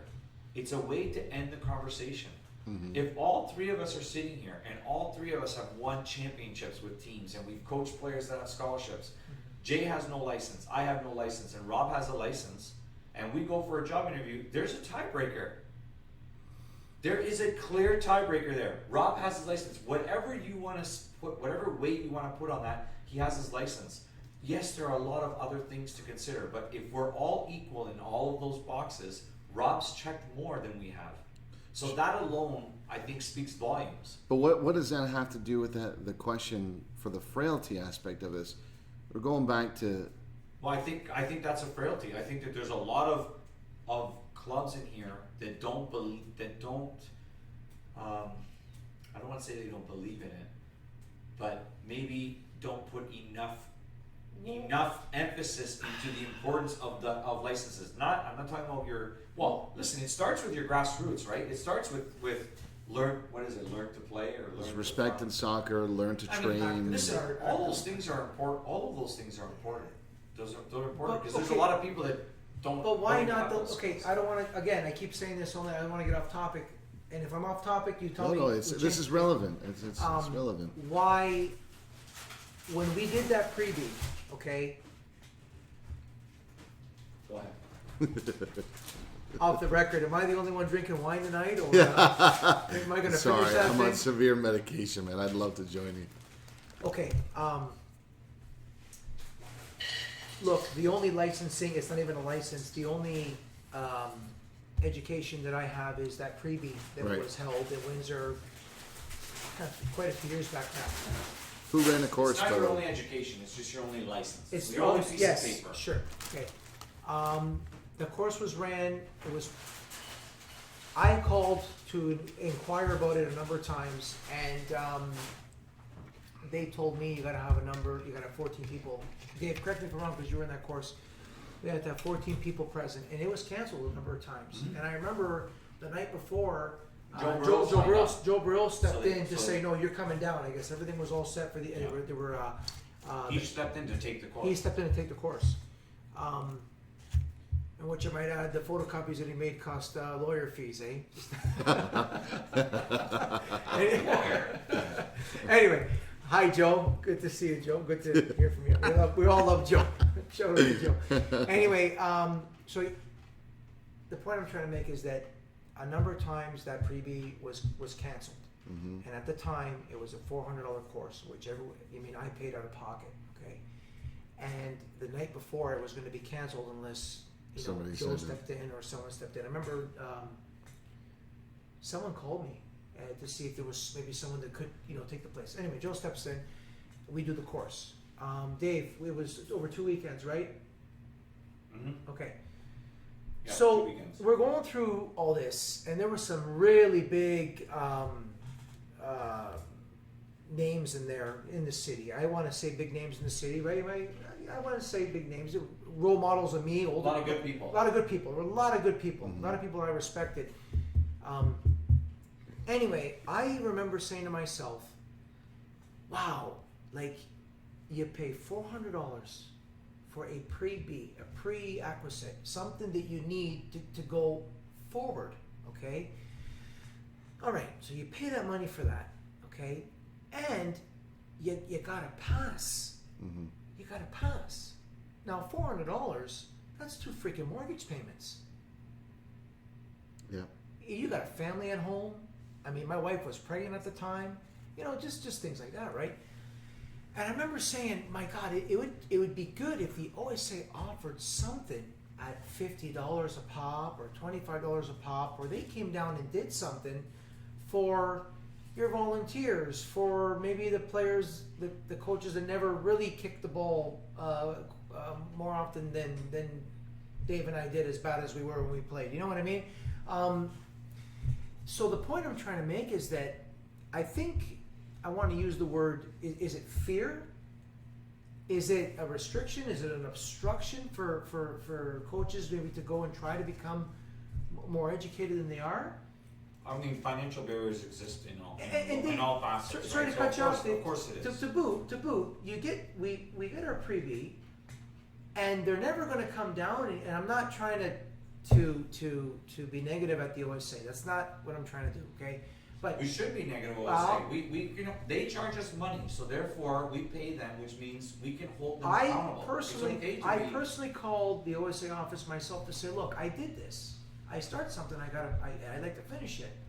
I mean, I'll never coach a college or something that the B license, if you even pass, the B license will let you do. I don't have the time for that, okay? But it's education. It's moving the mind. It's, hey, it's education, right? Now they say to me, well, you know what? You got to get a group of people. Let me know when you got 14 people, and we'll come back and we'll put on the B license course. Mm-hmm. Okay, and it's this much. Now you're talking the thousands at the time.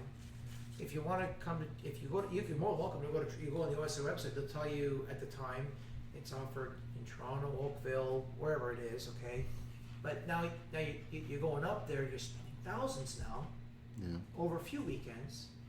And if your family dynamic doesn't let you do that, your financial dynamic doesn't let you do that, then you're stuck.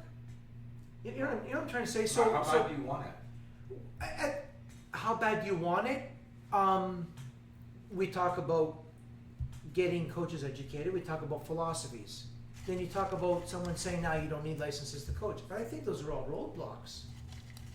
I think that's somewhat of a roadblock. It's a restriction, right?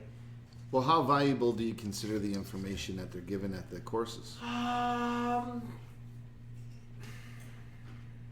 look at everything, Rob, with an open mind. You know what I mean? I think that if it's something that the OSA is saying, to your point, Dave, and the top club there or whatever, the club that's supposed to you send everyone to, if the OSA is saying this is our matrix, this is our structure, this is what you've got to do, then I think you've got to try to follow. Yeah. Now, whether you go to the course, don't get me wrong, there were things in the preview I thought to myself, oh, when the hell are you ever going to use that? How the hell do you run a session with just 6? I'm not trying to downplay that, okay, because who am I to say, right? I can hardly kick a ball across an alleyway, you know what I mean? But I don't want to, that's not what I'm trying to do. But if you come into a course and it's $400, boom, I mean, I'm a skilled trade. I don't want to tell you my financial situation, but not everyone has $400 to throw away on a freaking weekend. And at the end of the day, for what? I got home, my wife said to me, well, okay, what do you put it on the fridge? What are you going to do with it? You know what I mean? But it's look, what I'm trying to say is I think maybe we talk philosophy, we talk the coach's proper education. if there was something out there that maybe was more friendly to people learning, Like maybe those sessions that Council was putting on. fair enough. Absolutely. You know. Which if I was a total outsider and they weren't doing that, I wouldn't go to ECSA because they're the district. They have nothing to do with it. I would go straight to OSA and say, what is your OPL club in Essex County doing? I would ask them that Yeah, question. sure, I would yeah. demand answers. I would want to know what are they doing to push soccer forward, right? It's not just about, hey, you're a club, put a thing on your jersey and go, right? I want to go back to that thing about, oh, Z is maybe the best coach. I would love to ask Z, why aren't you coaching there? What are the reasons why you choose not to coach at what's been deemed as the top, the club that is able to play in the highest competition in Ontario? Dave. What is it? What could possibly be a justified answer? I don't get along with this person. I don't get. And then there's a lot of philosophical questions that go into there too. And again, they're not right and they're not wrong. I'm saying that those barriers, Rob, like we talked about, what are some of those barriers exist, right?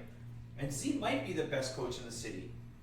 He very well could be, and for whatever reason, he doesn't want to coach there. And I think that's a barrier. It's unfortunate, but I never got to ask that person that question. I would love to ask them the question, why? Why would you not do that? Well, you definitely Right. need. I'm coaching my kid. Great. That's something that I can swallow, right? My son and my daughter are not good enough to play there, and I want to coach them still. Awesome, right? Right.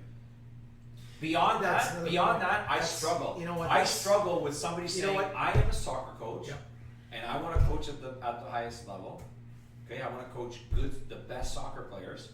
See, Dave. I don't want to go and get my licenses Yeah. for whatever reason. Yeah, yeah. It's too expensive, Yeah, whatever. yeah. And I don't want to coach at the club that plays at the highest competition. Like I don't know. I don't know Dave, how to follow up. You with know, that person. you bring up a good point because I'm thinking about the people that are involved in coaching. A lot of them they coach because it's their child on the team. I mean, myself, you, Rob, Dave. I mean, how many coaches coached without their children being there and had interest in that? You know, that's a lot of time you run into a team and the coach is there because the son's there, or the daughter. Okay, I'm sorry. The child is there, and the child doesn't want to play anymore, so the coach is not there anymore because there's no interest for them. So there's another. I'm trying to draw comparisons. I'm trying to draw, like I was approached by somebody talking to me about how shitty it is that people think this person needs a coaching license. And I tried to tell the person, there's a lot of guys who are involved in the game before who have no idea how to put on a proper session. And if you can open up your mind and learn something, how to do a proper session, because it excites the kids. And if you are a Tecumseh coach and you know how to put on a tight session, it excites the kids. Absolutely. And if you're at Windsor TFC doing the same thing, it excites the kids. Now, I was arrogant enough to think that I knew a lot about soccer pre-2011, before I started my career path with Argentina, with the ATFA. Now, the third month in, one of my professors said, listen, we don't think you're getting it. We think everything that you knew up until now is the wrong way. And we don't think this is for you. So we can refund your money back. Oh wow. Or if you want to work a little bit harder and do some extra sessions with some of the professors with regards to coordinative techniques, to tactics, strategy, whatever, it's available for you online for free. You just sign in, make an appointment with them. But we think what you know is not good enough for what we're looking for. We don't, everything that you're saying that you know that's your basis of soccer is wrong. I was devastated. Sure.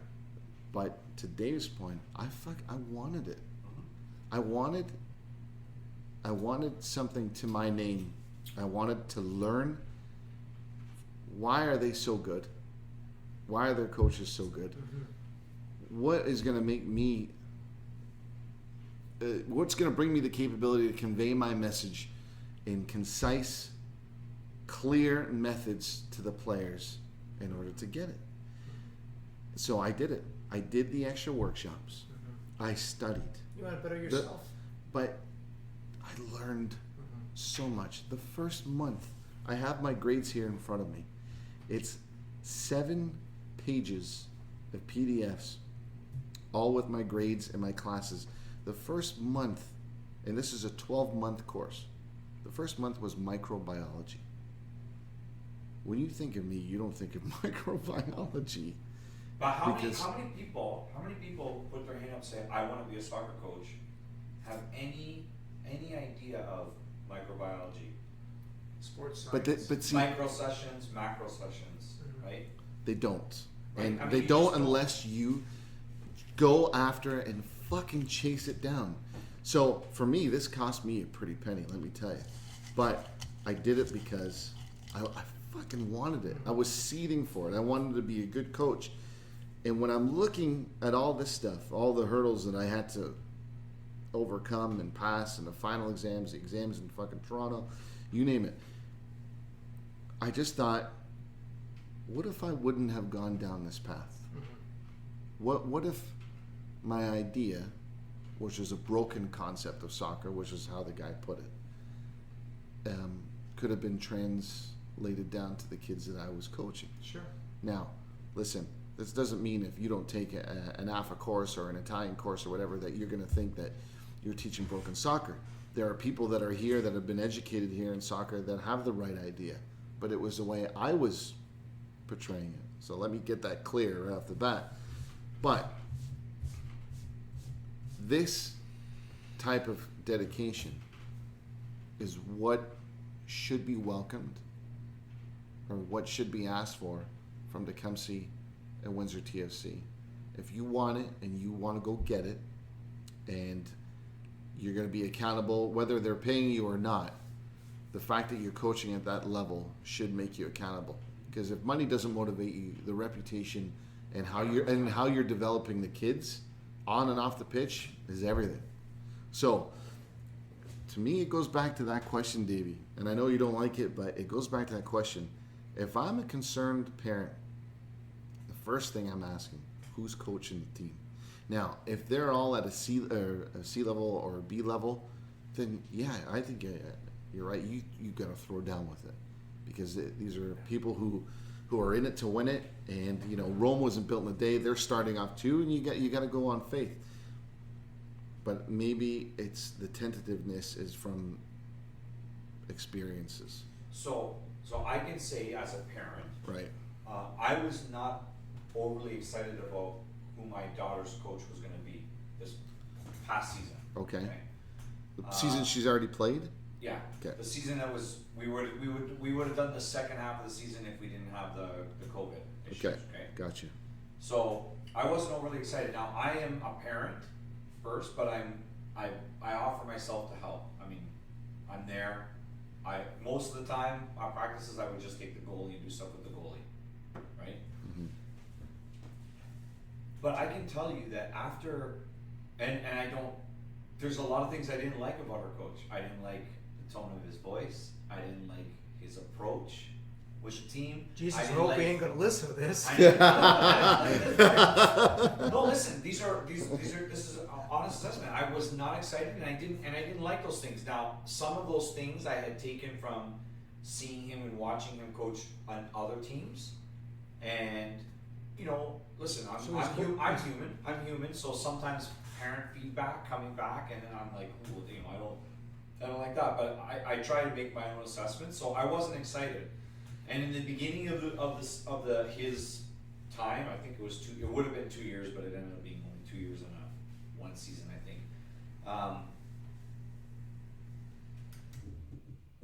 It was a little bit slow, but eventually there were things about the game of soccer that my daughter 100% did not know about before she started down that season.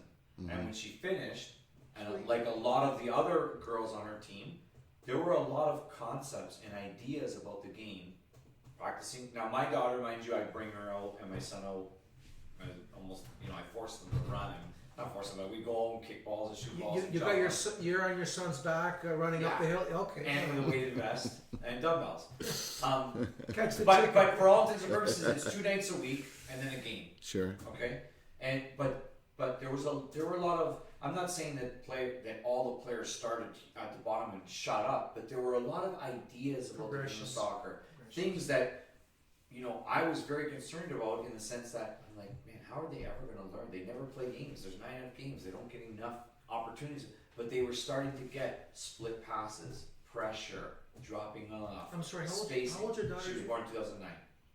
She's a player. Okay, Yeah. so I think that we all have to be accepting of the fact that there are going to be preconceived notions, and and that person, I really don't know what their coaching licenses are. I don't know. I know that he has some, but I don't know what they are. I know that his playing, I believe, was highest level was University Windsor level. Oh, so he's a good player. Good. Yeah. Like, I mean, not a bad person. Uh-huh. He was, he had a great attitude with the kids. He made it fun for them, or tried his best to make it fun for them. Look, as a parent, I'm like, oh my gosh, it's so corny. I just want to get on with it. But at the end of the day, it was beneficial for her to have that experience, right? I am now a parent with the same group, with the same daughter on the same team, and I'm like really excited about having another person come in to coach, and I don't know what it's going to be like. It might be great. It might be terrible. I'm hoping that it's not terrible, but I have this past experience, and then it's making making me think. Okay, am I overstepping here, thinking it's going to be great, it's going to be best? It might not be. She's a different age. They're all a different age. Things are happening in their lives, their bodies. I mean, all of these things are all encompassing of what's a good coach. So again, I go back to me as a parent. For me, it's very simplistic. She says, I want to compete at the highest level. I want to play on the best team. Mm-hmm. I don't know if her team's the best team, but I know that the team that she plays on is part of the club that gets her the opportunity to play at the best level in Ontario. If we have to drive the 401 to play against London, we're potentially playing against the best. If they have a roster of 18, we're playing against 10 of the best girls that age group in London. 10. Maybe even more than 10. Because there's always a few financially they can't, distance-wise, or their dad's coaching, or their mom's coaching, or they belong to them. That's what I want. I care very little, if at all, about the crest that's on the shirt. Mm-hmm. And I have to take a back seat to say the coaching experience, it has to be just that, an experience. Now, I agree, if I got to the point where my daughter has a choice to say, like, for example, this year we would have played in State Cup. She would have asked to play on a State Cup team. Mm-hmm. 2 State Cup teams. Well, actually 3. I knew which one I wanted her to play on because what I thought was the best coaching option, right? Mm-hmm. That's what I thought. Now, we didn't end up playing on any of them, right? Because everything happened, so it was all canceled. Yeah. So I can't speak to the other side. But looking at it, and that's just me looking at it from practices and from sessions, but really, I don't know. It could have been the other guy. It could have been the guy that I picked as the worst one. Right. Right? It could have been. I don't know. So, again, I would say, that environment, that's a little bit different of analogy because they're all playing at State Cup, and they were all pretty even teams. But if they weren't, if one was playing in State Cup and the other 2 were just going to a tournament in Cincinnati, I want to go to the State Cup. I tell her to go to the State Cup. Right. That's the pinnacle, right? If we're talking about what you said, we're talking about the ones that are there, like they're in it, right? That's, to me, it's so simple. And again, I know a lot of people will call me or email me and say, well, what if your daughter likes it today but doesn't like it tomorrow? And she took Sally's spot and Sally wasn't good enough, but tomorrow yes, of course, that's going to happen. It's not, Levy, you're signed today for the rest of your life. No, it happens. That happens. Movement happens, and we're okay with that, right? But you asked me, Rob asked me, 100 people asked me. My question is simple. What club plays at the highest league? That's it. Oh, but it's only a husband and wife that coach. We're gonna go there anyways. That's where we're going. Now, if we get there and it's like Robbie said, like they come, they're on their lawn chairs, there's no cone set up, it's just like, okay, run a lap. That's a totally different thing. it's hard for me to accept that any club who's playing at that level would have Okay. that as a coach. It might happen. I haven't experienced that yet, But you are saying though, if it was a shit coach, I mean, and- it has to be. It has to be like. So, that, yeah, the bar it has has to to be be lower. that bad. my it, FC Nationals. It literally has to be like, I don't have any balls. Yeah. You know, I don't know. I found these. You know, we're gonna use put your gym bags down as the nets, and then run and Right. scrimmage. Yeah. I mean, it has to be really bad. Yep. Which I mean, again, I would put it out there. I've never seen it. I've never seen it with Tecumseh. I've not been a part of every team. I've not been a part of every session. I've never seen every session, every coach. At the OPDL level, I haven't seen that. Everything that I see is very organized. At Tecumseh. In what I've seen. Yes. Now again, Yeah. It's not good. with every age group. It's good. I've seen it now.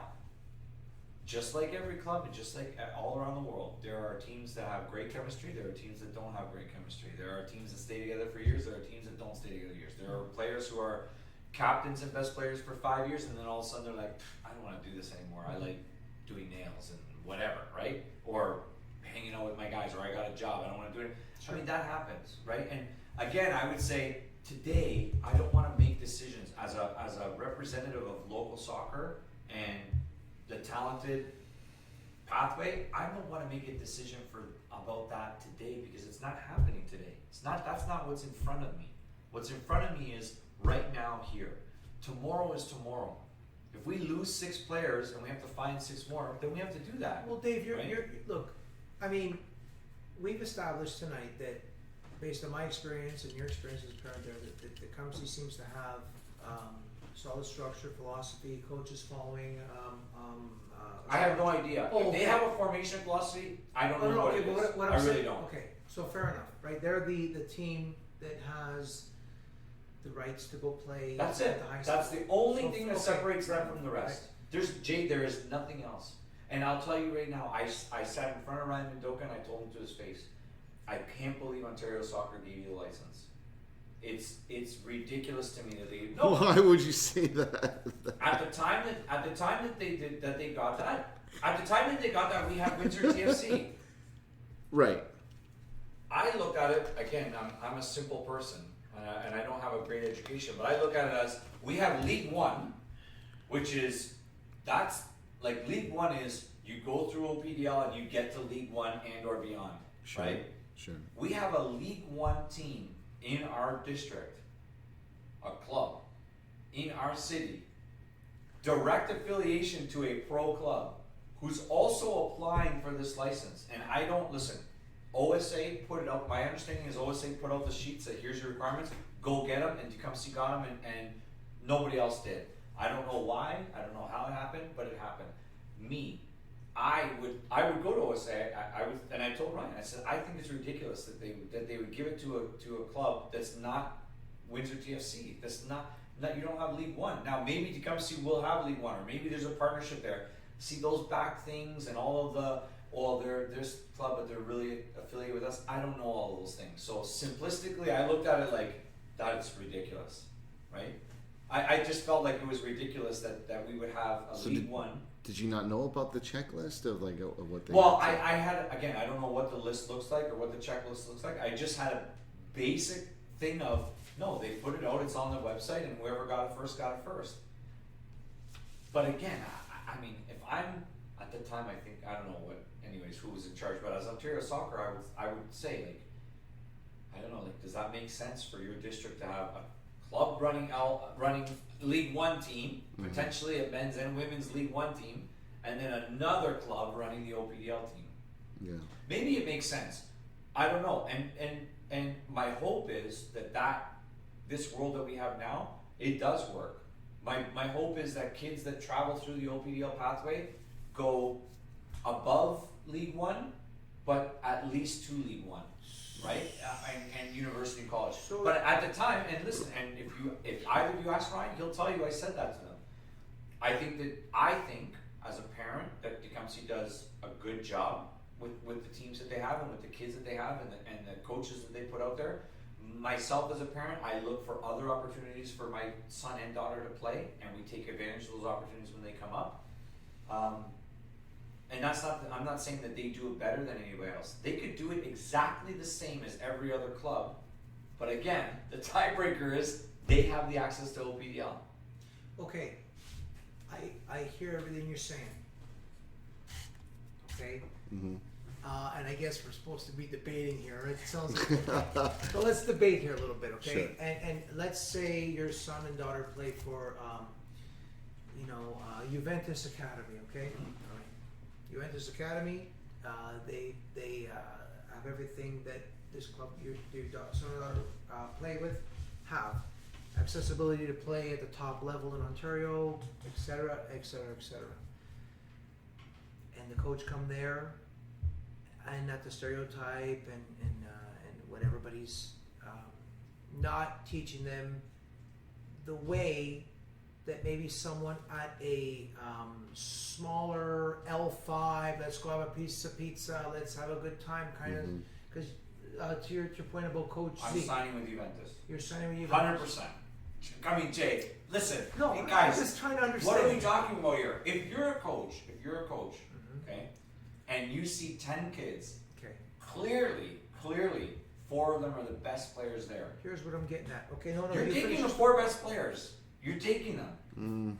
Yes, you are. If your goal is to coach the best team, and you're coaching the supposedly at the highest level, you want the best players. So what is, okay, You can't win without horses, guys. Okay. I'm sorry, you can't. put the potato chips in your mouth and let me talk for a minute, okay? Rob, can you pour me another glass of wine? Yes, I will. While we continue, Absolutely. okay? I'll pour it. Here's, I guess. Oh, sorry. I'm sorry. Wait, he hit me 10 years ago. Okay, enough. All right. Okay, so you sign. Okay, let's use me and you for example. Okay, you sign for Juventus Academy because they can play at the top level anywhere. Okay, your coach, without stereotyping, and I don't want to do that because of the generation that we're in now. Sure. We don't want to be, okay. Your coach just makes you run up and down a hill all the time. You hardly see a ball. Everything that you should be learning in the hour and a half that you're there, you're not. The advantage is not being taken for the time allotted and all that. Okay. And you're what? How old's your daughter? 2009. So she's what? She's 11. She's 11. Okay. So you do that for 2 years or 3 years or whatever. Okay. Because I've experienced this. Okay. You go play at an L5 level where you're just trying to teach kids to be good people, learn to be good adults, learn to work in teams because after they got to go to work. Soccer's not the end all be all. We're teaching them to play. Fair enough. We have to play. We have to try to do the best we can. But we're trying to teach the right way. Whatever your philosophy is, it's pass and move. Try to maybe not at 11. You're getting tactical yet, more technical, right? Mm-hmm. So I have a child that does that at Frosinone Academy, which is L5, doing that for 2 years. You have someone at Juventus Academy that can play at the top level. And because the coach is not doing what he should be doing or she should be doing, maybe your daughter loses. In theory, on paper, it would look like maybe your child loses, or your daughter in this case loses 2 years. Whereas someone over here at Frosinone Academy playing at not that level is probably learning a lot more from a coach who's probably doing a lot more, right? At the end of the day, when they get to an older level, a senior level, a high school level or something like that, because I've seen it this year playing with, still at my age, the B division guys in Windsor or whatever, because I'm an idiot, I'm still out there for my old fat age, whatever, but that's all besides the point. You see, my point that I'm trying to make is what you learn at a young level will help you later in life. Okay. Will help you at a senior level. The question right? you asked me was, Dave, if Frosinone asks you to play or Juventus asks you to play, who are you choosing? If somebody has a kid based on what that's in soccer, I'm sorry to cut you says off, but I based choose on what Frosinone, okay. I would say that's a silly decision. Now, of course, those possibilities could happen. You could be a year in and be like, man, this. Okay, this so you're is talking. terrible. You don't know. Okay, but you're This is terrible. so you're okay. I get what you're saying. You're Right. talking. You're talking like right away off the hop. I'm talking. Okay, It's very cut I and get- dry. I get. Juventus plays in Serie A. Frosinone doesn't. I mean, I don't know what else to do. If I'm a player that could play in Serie A, I'm playing in Serie A. No, I get. Okay, I'm sorry. I'm playing, I I'm understand. Playing, I'm playing for I'm Man looking United. at I'm it not gonna play whereas- for, You got Mourinho coaching for Frosinone, and you got Mourinho me would never, coaching. Mourinho would never coach with Frosinone. Okay. He would be coaching with. I'm saying hypothetically. I'm saying. No, but he wouldn't. I don't know what Jay's trying to say is look, this is in essence what the perfect scenario would be. You know who Max Samsa is, the Italian guy that came from Varna. Yeah. Betty Bavignoli. Let's say they get tired of Italy one day and both of them come down to Chicano Club and Max says, I'm taking 4 teams, and Betty says, I'm taking 4 teams. Right. Now, let's just Which say... I did talk to them, by the way, about coming to the Chicano Club. So, and let's say one day... What's that? Are they even in Windsor? No. So let's say Chicharro happens to get an L3 license, just for example's sakes. Now, we know there isn't one coach in a city who's better than Betty Bavignoli or Max Samsa. We know that, right? And they could be any kid that falls under that kind of tutelage at an early age or even a later age will say, oh my God, this is incredible. At what point, ethically, in a soccer sense, do you say, well, listen, I am going to go play at the top level because it's the top level, and I gotta hope that my son or daughter learns from the actual game itself at a high pace, high level, higher competition versus receiving the pedagogical education that is fundamental of what the rest of those OPDL kids have. I would be curious to rehash some conversations that I had with your brother regarding his experience with the national team and how much he. Well, just say it. It's okay. How much he said he hated the running and the running and Sure. the running and the running, but in the same breath he would say it was a blessing that guy took over because he gave me a chance. Because if it was the other coach who was a better coach, he would have stuck with his Toronto-based, tall, fast, run-all-day players. Mm-hmm. I would have never seen the light of day, potentially, Right. Because we don't know. But Paul James was like that, though. He He was was. the antithesis. But he gave Steve the chance. According to Steve, if I and Steve, I'm sure he'll call me and correct me if I'm wrong, but I believe Steve said there were coaches prior to Paul that he didn't get the opportunities from, and James gave him the opportunity. Right. So, and then things happen. He had a good experience, but he didn't have a good experience. He learned from it. He didn't learn from it. I mean, I'm not going to base my decision on what might happen. I have to have at You're the looking moment, at the name. I have to have a moment to say I get what you're saying. where is the best going? Where are the best going? You're right. But as you put that question to me, I could put the question back to those two and say, well, if they really are that good of coaches, why are they coaching? No, I know that, Right? Dave, I mean, but it's this a is hard, just it's a hard thing, right? it's So exemplary. That's all it if is. they're here for 5 or 10 years, and I know, and I as a parent, I have an understanding of, okay, there's a clear. I can confidently sit down and say there is a clear thing here. Honestly, I'm going to try and find a way for her to do both, right? Play for OPDL and still have them coaching her, and maybe there's a way to do that. But I lean guys. I just don't. I struggle with the idea of, that we can constantly find excuses to not push kids up. To I know, the but top. is that Right, an excuse or a valid reason? Okay, so listen, what if every other team in that OPDL league has phenomenal coaches and phenomenal players, Right. and I go with Betty and Max, and we beat every team 18-0, 13-0, 9-0. Right. Never get to see those teams, Right. those OPDL teams. So likewise, are she learning from that? What do you mean? Well, is she learning? I'm asking, does any player grow from great coaches with no competition Bad coaches, great competition. No, because a great coach will give you the competition. Well, come on. I mean, We build the scenario. Hey, listen to me. Take an average coach in a Premier League right now. Give me throw out a name in a Premier League. Premier League. Let's go with Angelotti. Well, he's not average, is he? He's not average, no. He's got a big CV. He's got history. Let's take who's the big redhead guy that was coaching Sunderland? Even the guy from Oh, Bournemouth. fuck. Look at the guy from Bournemouth. Alan McLaren or McLeish. You talking about Not McLeish. He's taller. redhead from Sunderland? No, he's from Bournemouth. The kid from Bournemouth. He's probably 33 or 34 years old. Kid from Bournemouth there. Let me give him a Google. let me Google this. Bournemouth Played only coach. second division or whatever, but I mean, he's done well there. Oh, Eddie Howe.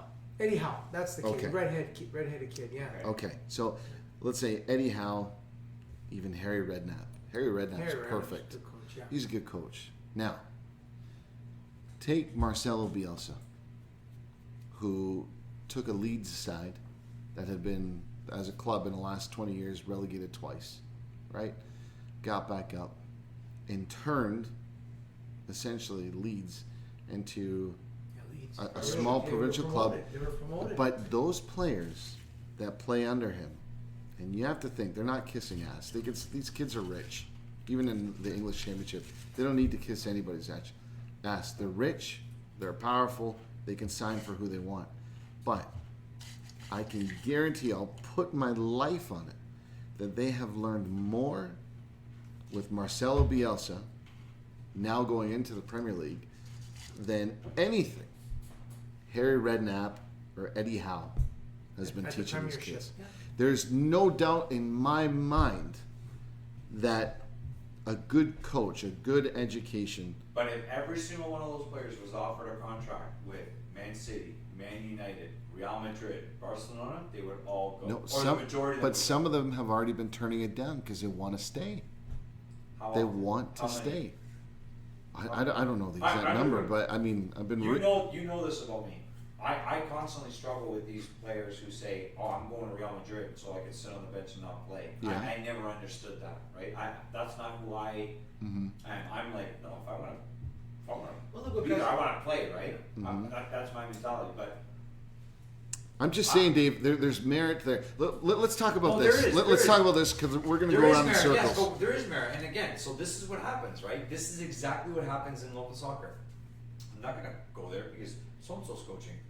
So we need a tiebreaker. We have to have a way to constantly flow the player pool into that direction. We're not going to all agree on it all the time. We're not going to agree on every coach being the best coach. We're not going to agree on all of the the way that the coaches present material. It's not going to happen. So again, I go back to what I said earlier. It was a blessing to our community that OSA set down upon us. Here's the opportunity. Here's the pathway.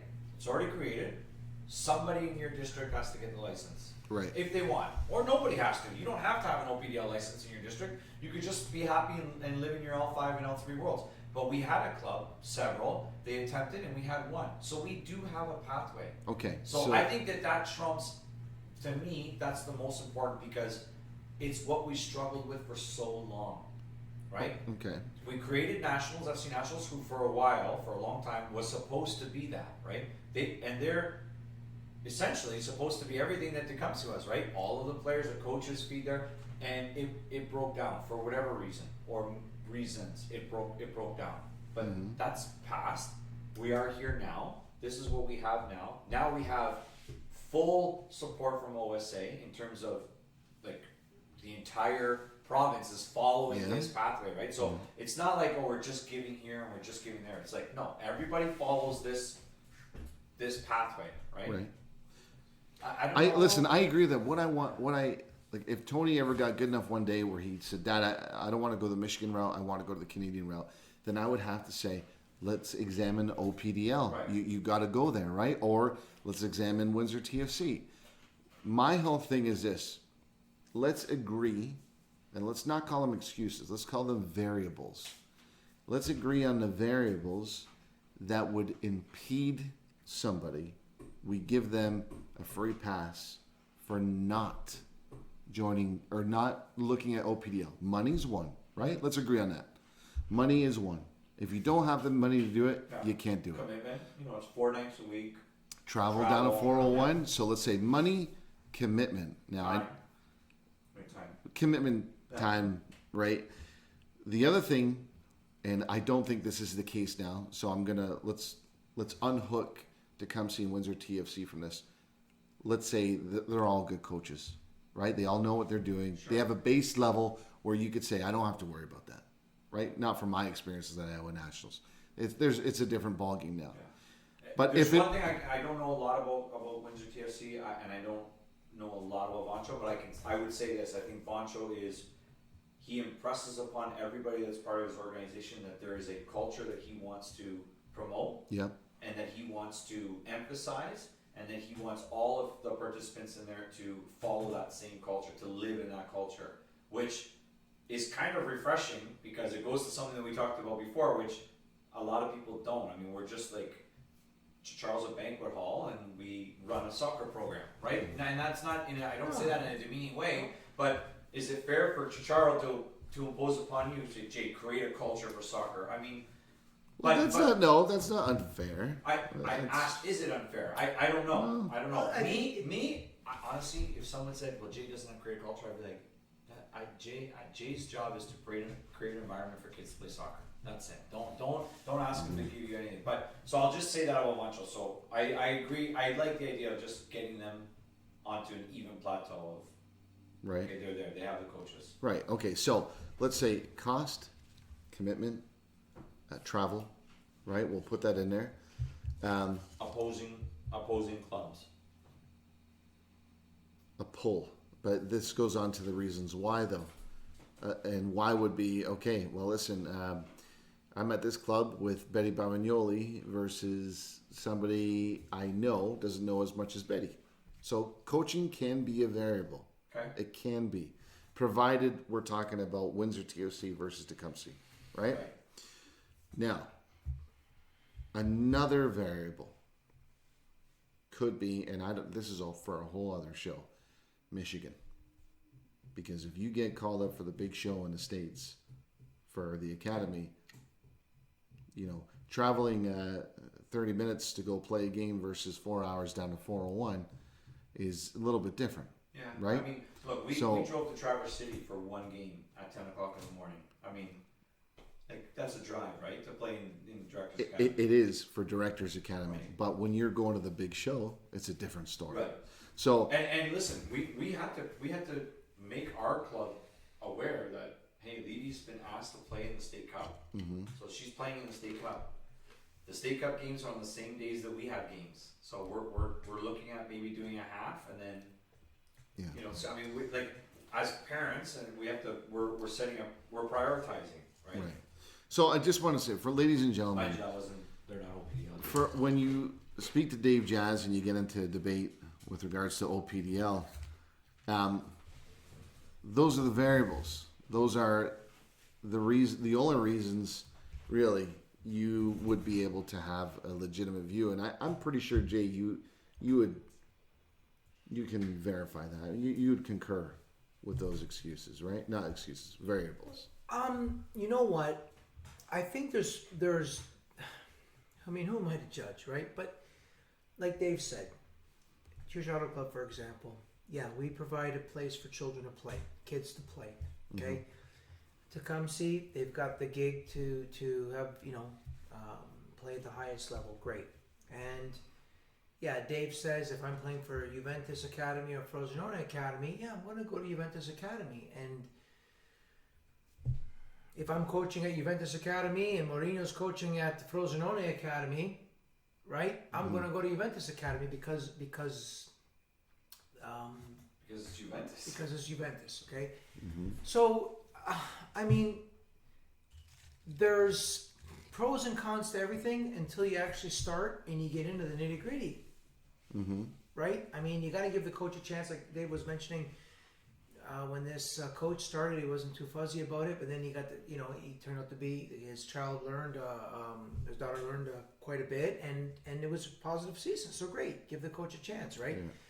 But at the end of the day, you're providing, a club is providing or advertising something, and if you want you have to make a choice before the season starts, before you can make those decisions. Oh no, he's not. Oh, he's good. Oh, he's bad, or whatever. Oh, look at the guy over, at the smaller Frosinone Academy, and he's really good over there. And to your point about Coach Z, whoever, hey Coach Z, how you doing? He's doing really well at Frosinone Academy. You know what I mean? And he just wants to go there. He wants to train. He's got passion, but he doesn't want all the everything else, right? So let me ask you: do you think that coach at Frosinone, if he said, "Jay, you have a lot of talent, you should stay with me," or do you think he would say you should go to Juventus? Dave, on paper, I agree with you. You know what I mean? But I don't know the details of that particular coach and all the specifics. If I agree with you where you say this is the club, this is Juventus Academy. I hate that I shouldn't say this. I was waiting for you to say something. I hate to use, but anyway, sorry to Why you chose Juventus? No, I did it because I didn't want to say Inter. Anyway, I would have chosen Inter. listen. I would have. Can I ask you I both? know Zanetti's on the staff now, so I mean, there's. Okay. We started with Juventus, so we stick with Juventus. What do you guys say to this? This is the last question. You guys are coaching an OPDL team, both of you, joint coaches together, right? I'm coaching with Dave. You're coaching with Dave. I do the water. And the oranges. I was And the oranges. I was going to do the water. No. So you're after this rock star, okay? Good player, both feet, the full package, everything you need. And parent comes up to you. Now, I want to know if you think this is a legitimate variable or what you would say to combat this. Listen, Coach Jazz, Coach Mastrogiacomo, I'm really flattered by your interest, but my ethnicity is really important to my family and my identity. And when I pull on this jersey, even though it could be just seen as an L5 club, I believe in what my club is doing. It's, again, a point of pride for myself and my family. And this is just where I want to stay. I'm sorry. And it's nothing to do on you guys. But I want to play for my own ethnicity. Is that a variable that an OPDL coach should think about? And secondly, what do you say to combat that? Because this is, and Manu brought up a great point, right? That it's happened before in Windsor. Sure. There's been a lot of great FC Nationals teams where we lost out on some great Polish players from Windsor Polonia, great Croatian players, great Serbian players, the Latinos, you name it. It happens. Yeah. Is it a variable? Of course it is. Okay. Yeah. I think the proof is in the pudding. It is, right? There's people my age who would say, I didn't have a choice. My mom and dad said you're playing for Serbs, so I played for Serbs. That was the end of that. Sure. Right? So if I'm a coach, again, it's my responsibility to recognize talent and to try and draw talent. And if that individual says, I just want to play here, listen, I'm not the write-off kind of guy. I'm not the, oh my, how could you ever say no to me? And I'm never going to ask that person again.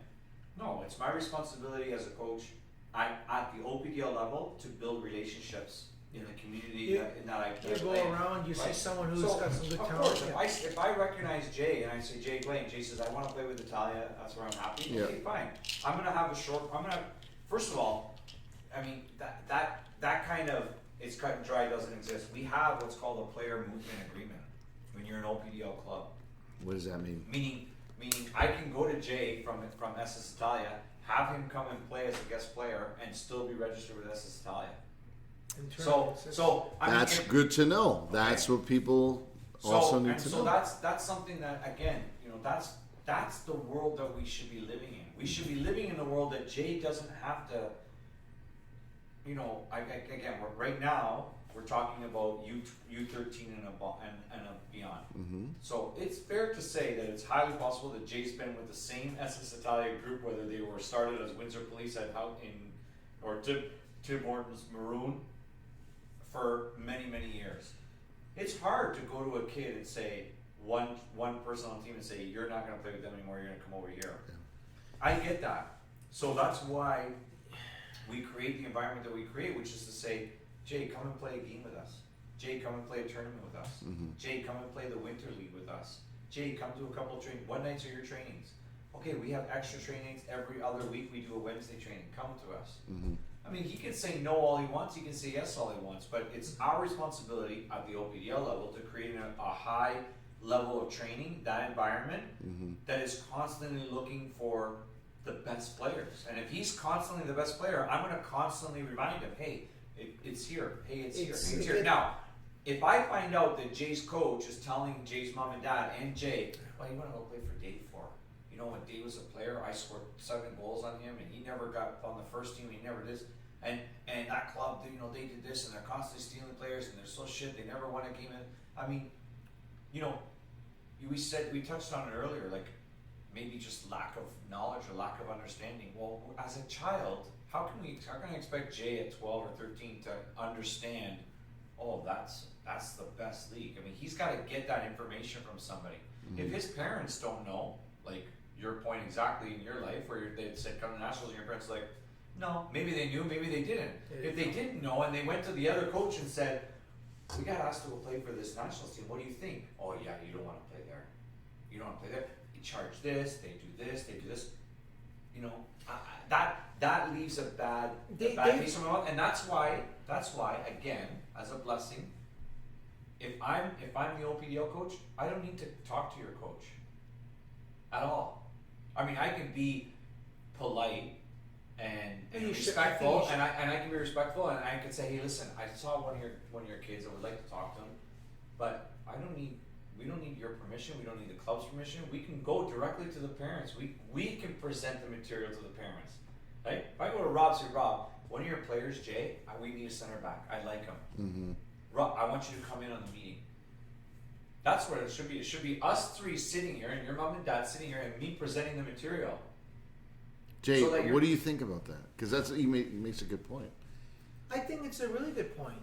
I think, and again, I don't want to get in trouble for anything I want to say. You're not going to get in trouble.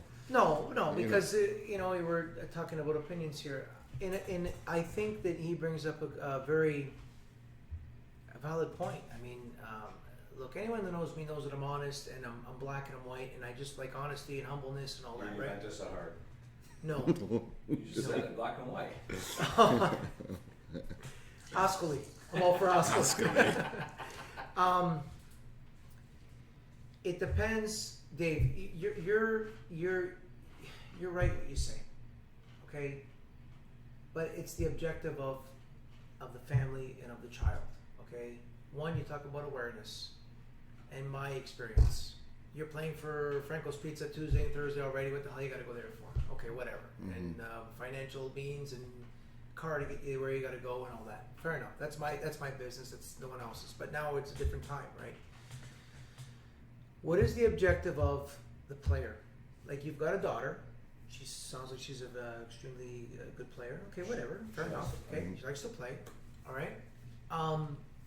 What is the players? And at the age of 11. She has an opinion of what she wants to do, okay? Daddy, I want to go there. Okay. And you want to give her the best experience that you can. Okay, fair enough. And in this community here, we have a club that's allocated for that.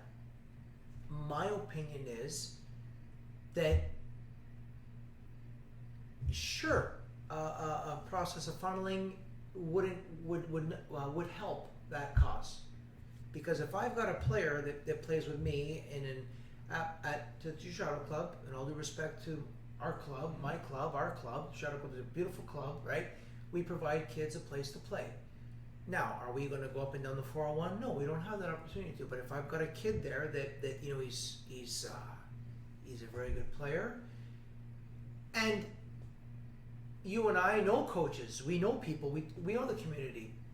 Maybe we need to advise a parent who doesn't really know the community, say, look, you know what, over at the Juventus, aka Inter Academy, okay, they've got a really good coach, they get up and down the 401, they got better competition.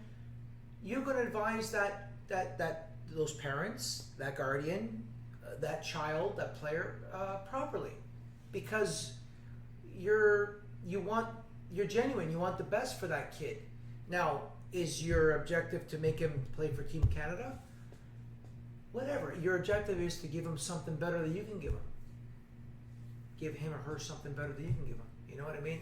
And if this community has a club already being Tecumseh or being TFC, L1 and L3, and that direction there, then I believe, in my opinion, and I've always done it, so it is my opinion, it goes somewhere where I could teach you more. It goes somewhere where you can play at a higher level. Yeah. You can learn something more. Again, that's not knowing who the coach will be, and You know, like who? So you said something earlier. You in maybe in jest you said, like, who am I to judge? And that's an honest question that all of us, every single person in our local soccer community has to ask themselves: who am I to judge? Who am I, David Jazz, to say, good coach, bad coach, Absolutely. bad coach, good coach, You know, good club, bad club, good club. I am not that person. You know who makes those assessments? The kids. They're the only ones that make the truest assessments. Because they return, they have fun. Some of them develop, some of them don't. Some of them take all of the experiences and run with them to the moon. Some of them forget what happened last year and never play again. I remember coaching a girl that I knew the father. I got to know the mother. She didn't really play soccer too much. The son didn't really do anything. And then all of a sudden, out of the blue, he just fell in love with soccer. Absolutely. Unfortunately, he's an Arsenal fan, and I can't help that. well, it's unfortunate. I know. But he fell in love with the game. So we are facilitators. All of us here are facilitators. Whether we're coaches, whether we're parents, whether we're just people that played soccer and love the game of soccer. Locally, we're facilitators, right? So, again, simplistically, it was like heaven sent for me. Looking from the outside, like, how can we still be broken here, right? And then all of a sudden, right or wrong, boom. I think A decision was made that I didn't have to be part of, you didn't have to be part of, you didn't have to be part of. It was just said, this is how it's going to there's go. a lot more opinions than ours. Absolutely. You can have 50 absolutely. people in this room right now talking. Listen, so it's, look, I remember sitting in a meeting at the UCSA office with all members. I think every club was represented there, and why we want to get rid of nationals and how it's going to work. And I didn't hear anybody in there with malice in their voice. I didn't hear anybody in there saying, I'm not going to do anything for the kids from over there, right? So I genuinely believe that the majority, if not all of people's intentions are in the right place. I just think that I feel like until now we didn't have the goal, the forward goal, right? We were just constantly just motions, right? Croatia won it this year, Serbs won it that year. Kubota won it this year, Hellenic won it that year. Then this year, then that year, that year. And our faults outside of our community were the same, right? Very few nationals teams, when they were nationals, were successful outside of Windsor. Very few club teams are successful out of Windsor, right? And maybe very few Tecumseh teams as the OPDL club will be successful in their OPDL league. I don't know. Time will tell. But at least now we all have a common path to follow. All of us, we all have a common path to follow. So just push that path to the best of your ability. To me, I don't see it any other way. I think we played at Chicharro. The fields were always good. The 7v7 fields were always good. The mini fields were always good. When my son was playing 4v4, they were always good. Your men's field is always good. so you say my dad does a good job. Your dad does a phenomenal job. No, but I mean, guys, again, it goes back to who am I to judge? Oh, Vancho doesn't know. Listen, Vancho does things, like I spoke to on the culture side, that go well beyond what a lot of people have done in soccer for many, many years, right? Educated, intelligent, understands the soccer landscape, has a background in it. And again, I would challenge anybody to find anybody who says, oh, he's a bad guy, he doesn't care about the kids, he cares about his club. Look, all club presidents care about their club. You care about your club. Tecumseh cares about their club. That's part of your responsibility. But for me, not to the point to of course not. to take an opportunity of a child away to learn Hold the something kid more. back, Hold yeah. the kid back. But if we find somebody who does that, that person should be held accountable. They should have to speak to why their Dave, words and their actions you're- are what they are. you're- Because it's not their place to say. Listen to me, guys. Dad. You're not gonna. Huh? You're not wrong what you say. and we can finish a case of Chianti Rufino, which, by the way, there's nothing left in that bottle. But we can talk and talk and talk all night and for years and years and years about it, you know. And we have a million examples about things. At the end of the day, you got to work together on things. It's And collaboration. you know, I mean, like, look at Ranieri, for example. When he coached Greece, he went down to Dortmund to see what Klopp was doing. He went to Manchester United to see what Ferguson was doing, and they sat down, they had wine, they had coffee, they had dinner after, and they shared things. Mm-hmm. I mean, in a perfect world, we all work together. In a professional world, we all work together. Is it a jealousy thing? Is it Pride. Is it a pride thing? Oh. I'm the first one to come out and say, you know what, I screwed up, guys. What you name drop Betty Bravignoli, Lorenzo De Salvo brings her over one night, and we sat. I had dinner, barbecue, whatever, and me, her, Gary Udit, and Lorenzo. Well, it was more me and her. We talked about soccer until, God, it was 2-3 in the morning, Mm-hmm. and she was down for a little bit, and she came to at the time I was doing the B team at the Shuttle Club, and she came to my sessions. And did I ever want to bring a shovel with me and dig a hole and jump in there when I was done? Yeah. I mean, and you know, like, up until COVID, she was still emailing and sending session plans and very constructive criticism on everything. And I mean, the point I'm trying to make is that you can't. I mean, I had someone that was the assistant coach of the women's Canadian national soccer team criticized me or constructively criticized me, and you know what, you gotta take it and you gotta learn from it. And is it a pride thing? Is it a jealousy thing? Is it, oh, don't tell me what to do, Rob thing? It's my team kind of thing. Do we as a community need to know that that's the club there? Are we holding players back? Do we have too many parents volunteering to coach? Well, Are we keeping 5-year-olds? How on do you feel, you know? Rob, about a parent coach at the top level? a parent coach, I don't think it should exist. So, what about the Bradley situation? Well, in the States, I think that's an anomaly. I like it. It never happens too much, like the whole Clough situation when they're at Nottingham Forest. You know, I think people do their best to stave away from it, right? Because nobody ever wins at the end of the day.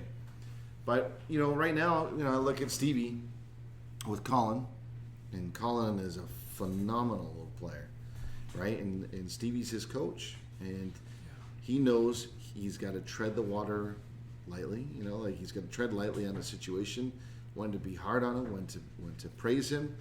You know, and parents are always watching. They're always it's hard. watching.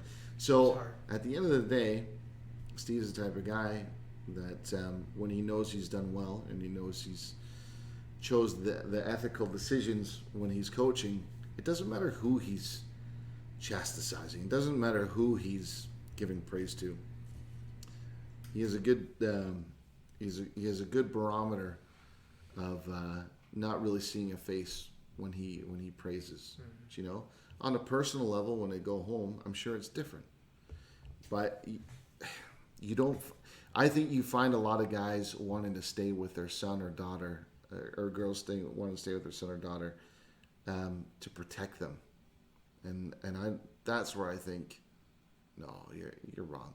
Because let's be honest. Everywhere in the world, if you're at a successful club and you are a coach of the U11 team, you're a U11 coach. You're not moving up with your team. You're just the U11 coach. When they turn U12, you're no longer. See you later. It was great coaching you guys. So good luck. We are really the few, like in North America, where we feel the need to stay and stay and stay. Yep. When in reality, and we all know the reality, is that the kids need to learn and hear a different voice.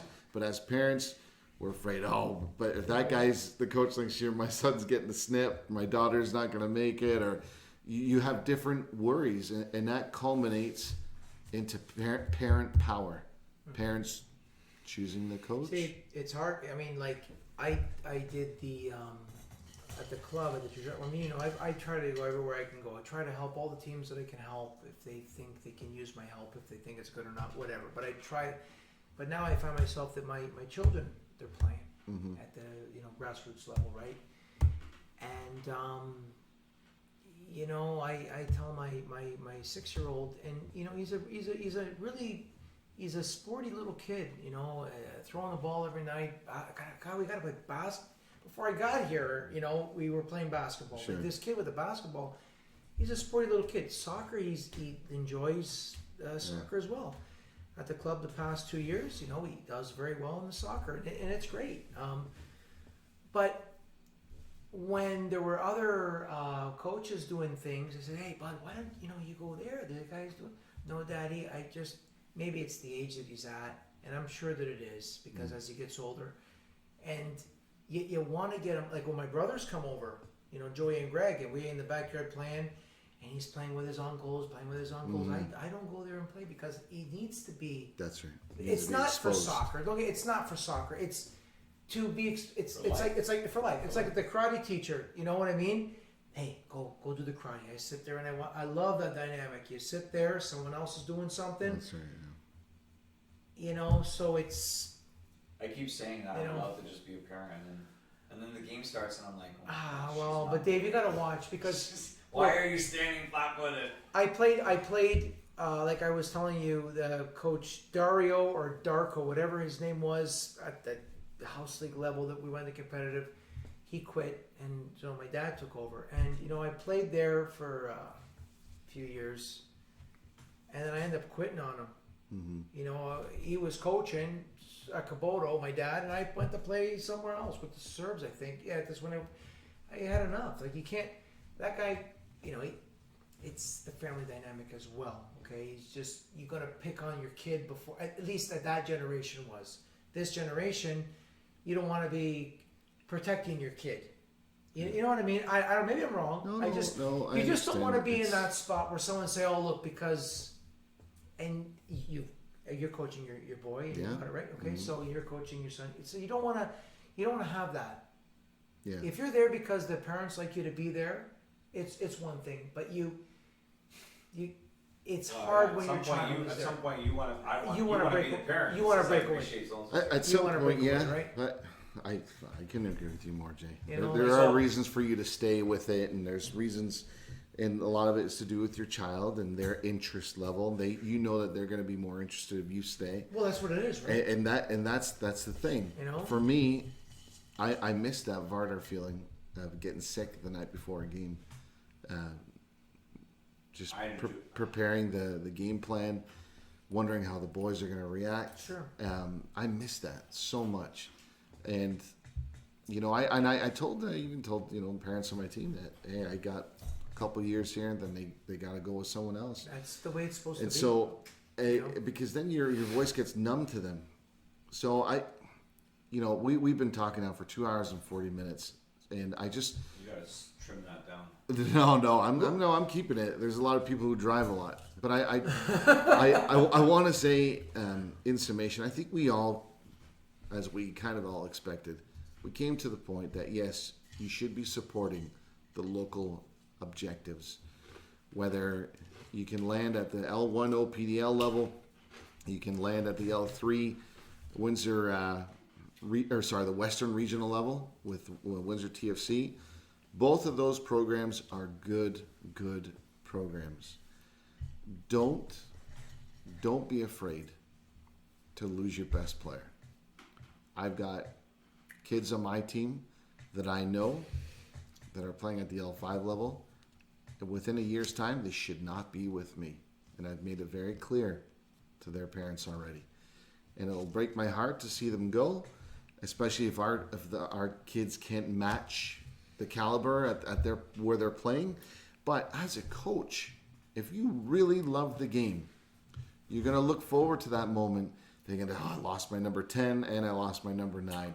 Your challenge is to get better, find kids who you set the bar high. And if you ever watched the movie The Damned United, where Brian Clough takes a Leeds United job after Don Revy.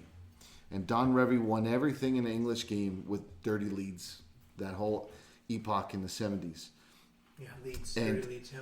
And Brian Clough was fired after, I think it was like 2 months into the job. And he was a successful English manager, but he was arrogant about it. But the reason why he took the job from Don Revy, who barely lost a game. And if you Google this, if you YouTube it, it was such a heated debate because Don Revy took the England job and Brian Clough, who publicly said he hated the way Leeds played, took the Leeds job. They went in on a broadcasting debate on an interview and basically called each other out on a bunch of stuff. But the one thing I admired, and this goes out to all you L5 coaches, Don Revy asked, if you hated Leeds so much, why did you take the job? And he said, because I thought I could do the job better than you. And Don Revy says, that's impossible. We only lost 3 games. Last year he goes, well then I can only lose 2. Yeah. So if you lose your best players, put forth the courage that you have to see, to prompt that wonderful feeling that sports can produce and prompt, and get some diamonds from the rough and make something wonderful from it. Knowing that you've chosen the ethical path to get your really good players up and beyond. Just one thing too. I think one thing that's for sure important is that when we have these teams, these clubs, it's not about taking Tonia's U9 boys team and just making them the new OPL team. Mm-hmm. It should be an open trial. It should be flooded with U9 boys. Mm-hmm. I mean, if there's 100 U9 boys playing soccer locally, there should be 110 kids trying out for that team.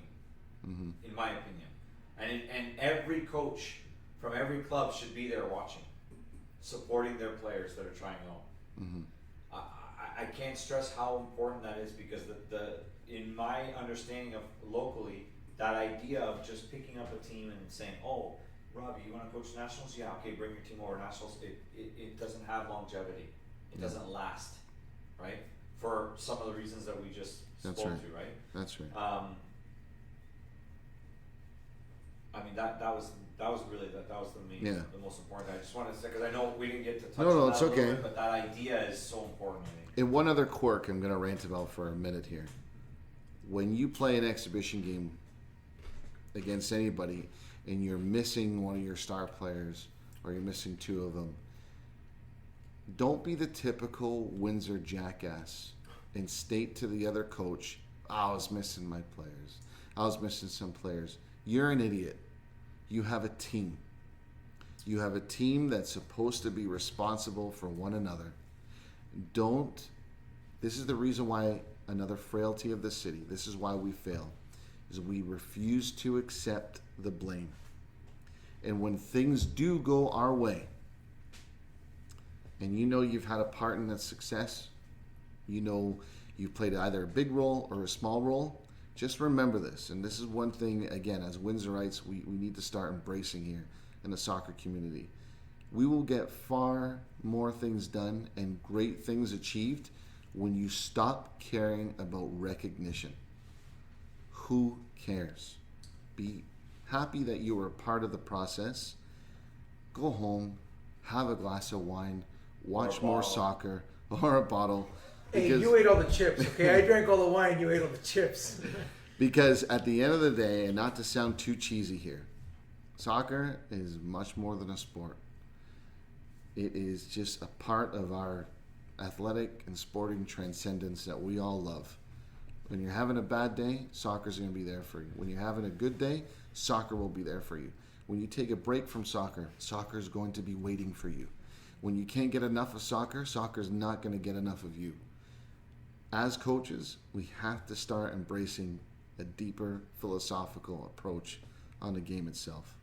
So, again, that's my useless 2 cents, but in hopes that Windsor comes good on the direction that we're headed. You know, some of my best memories being a coach, and it happened when I coached the 05 girls, the 09 girls, or 08 girls when I had Lee in the mix, and Isaac.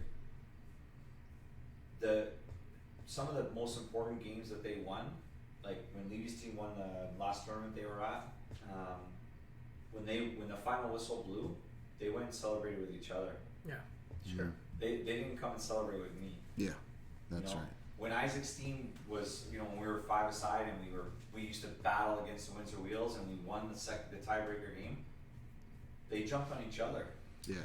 right? Yeah, There's that's a right. lot I mean, as a coach that you see. And 05 girls when when they won a game, Mhm. the first game of the tournament they won, they were with each other, Yeah.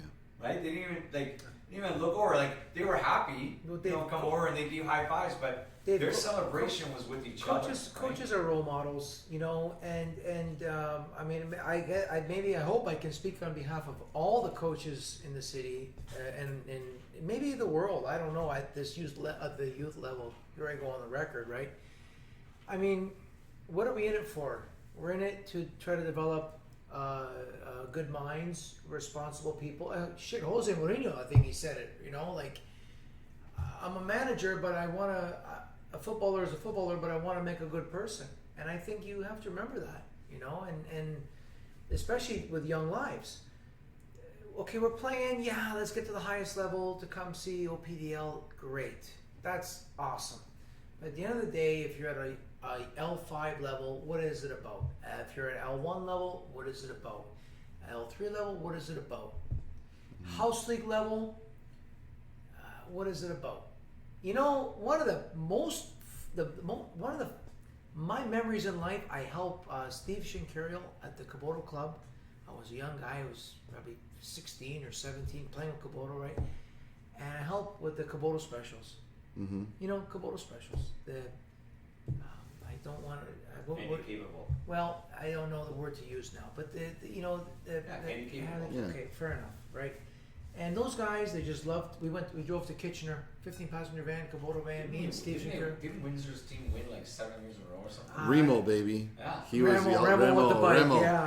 Yeah. The all-star. And those guys were just happy to get out there, kick the ball, play. And you know what? They didn't know if they won, if they lost. They just were happy all the time. Yeah. And I think maybe that's where we got to get back to. You just got to know where you are. You got to know where you are. Yeah. And now that we're quoting, what did Rico Sacchi and Angelotti say? The most, out of all the unimportant things in life, soccer is the most important. Right? This is true. So, This is true. It's perspective. It's a game. It's a game we love, and that's a good way to end it. So again, maybe we didn't get far with the debate here, everyone, but I think hopefully we brought different points of views, maybe more points that maybe you didn't think of. But just remember that it is important, not for you to buy into the idea if it goes against your principles, but the more we throw down with a mandate, and the more we're kind of geared towards a direction, give it a chance. It could be a good thing. So, anyways, that's us signing off. Thank you for listening. And please make sure you join us next time when we're actually going to talk about some big soccer from Europe, big soccer from Champions League, more funny stories. And until then, goodbye, everyone. Thank you, Rob. Appreciate it. Thanks, guys. Always a pleasure seeing you.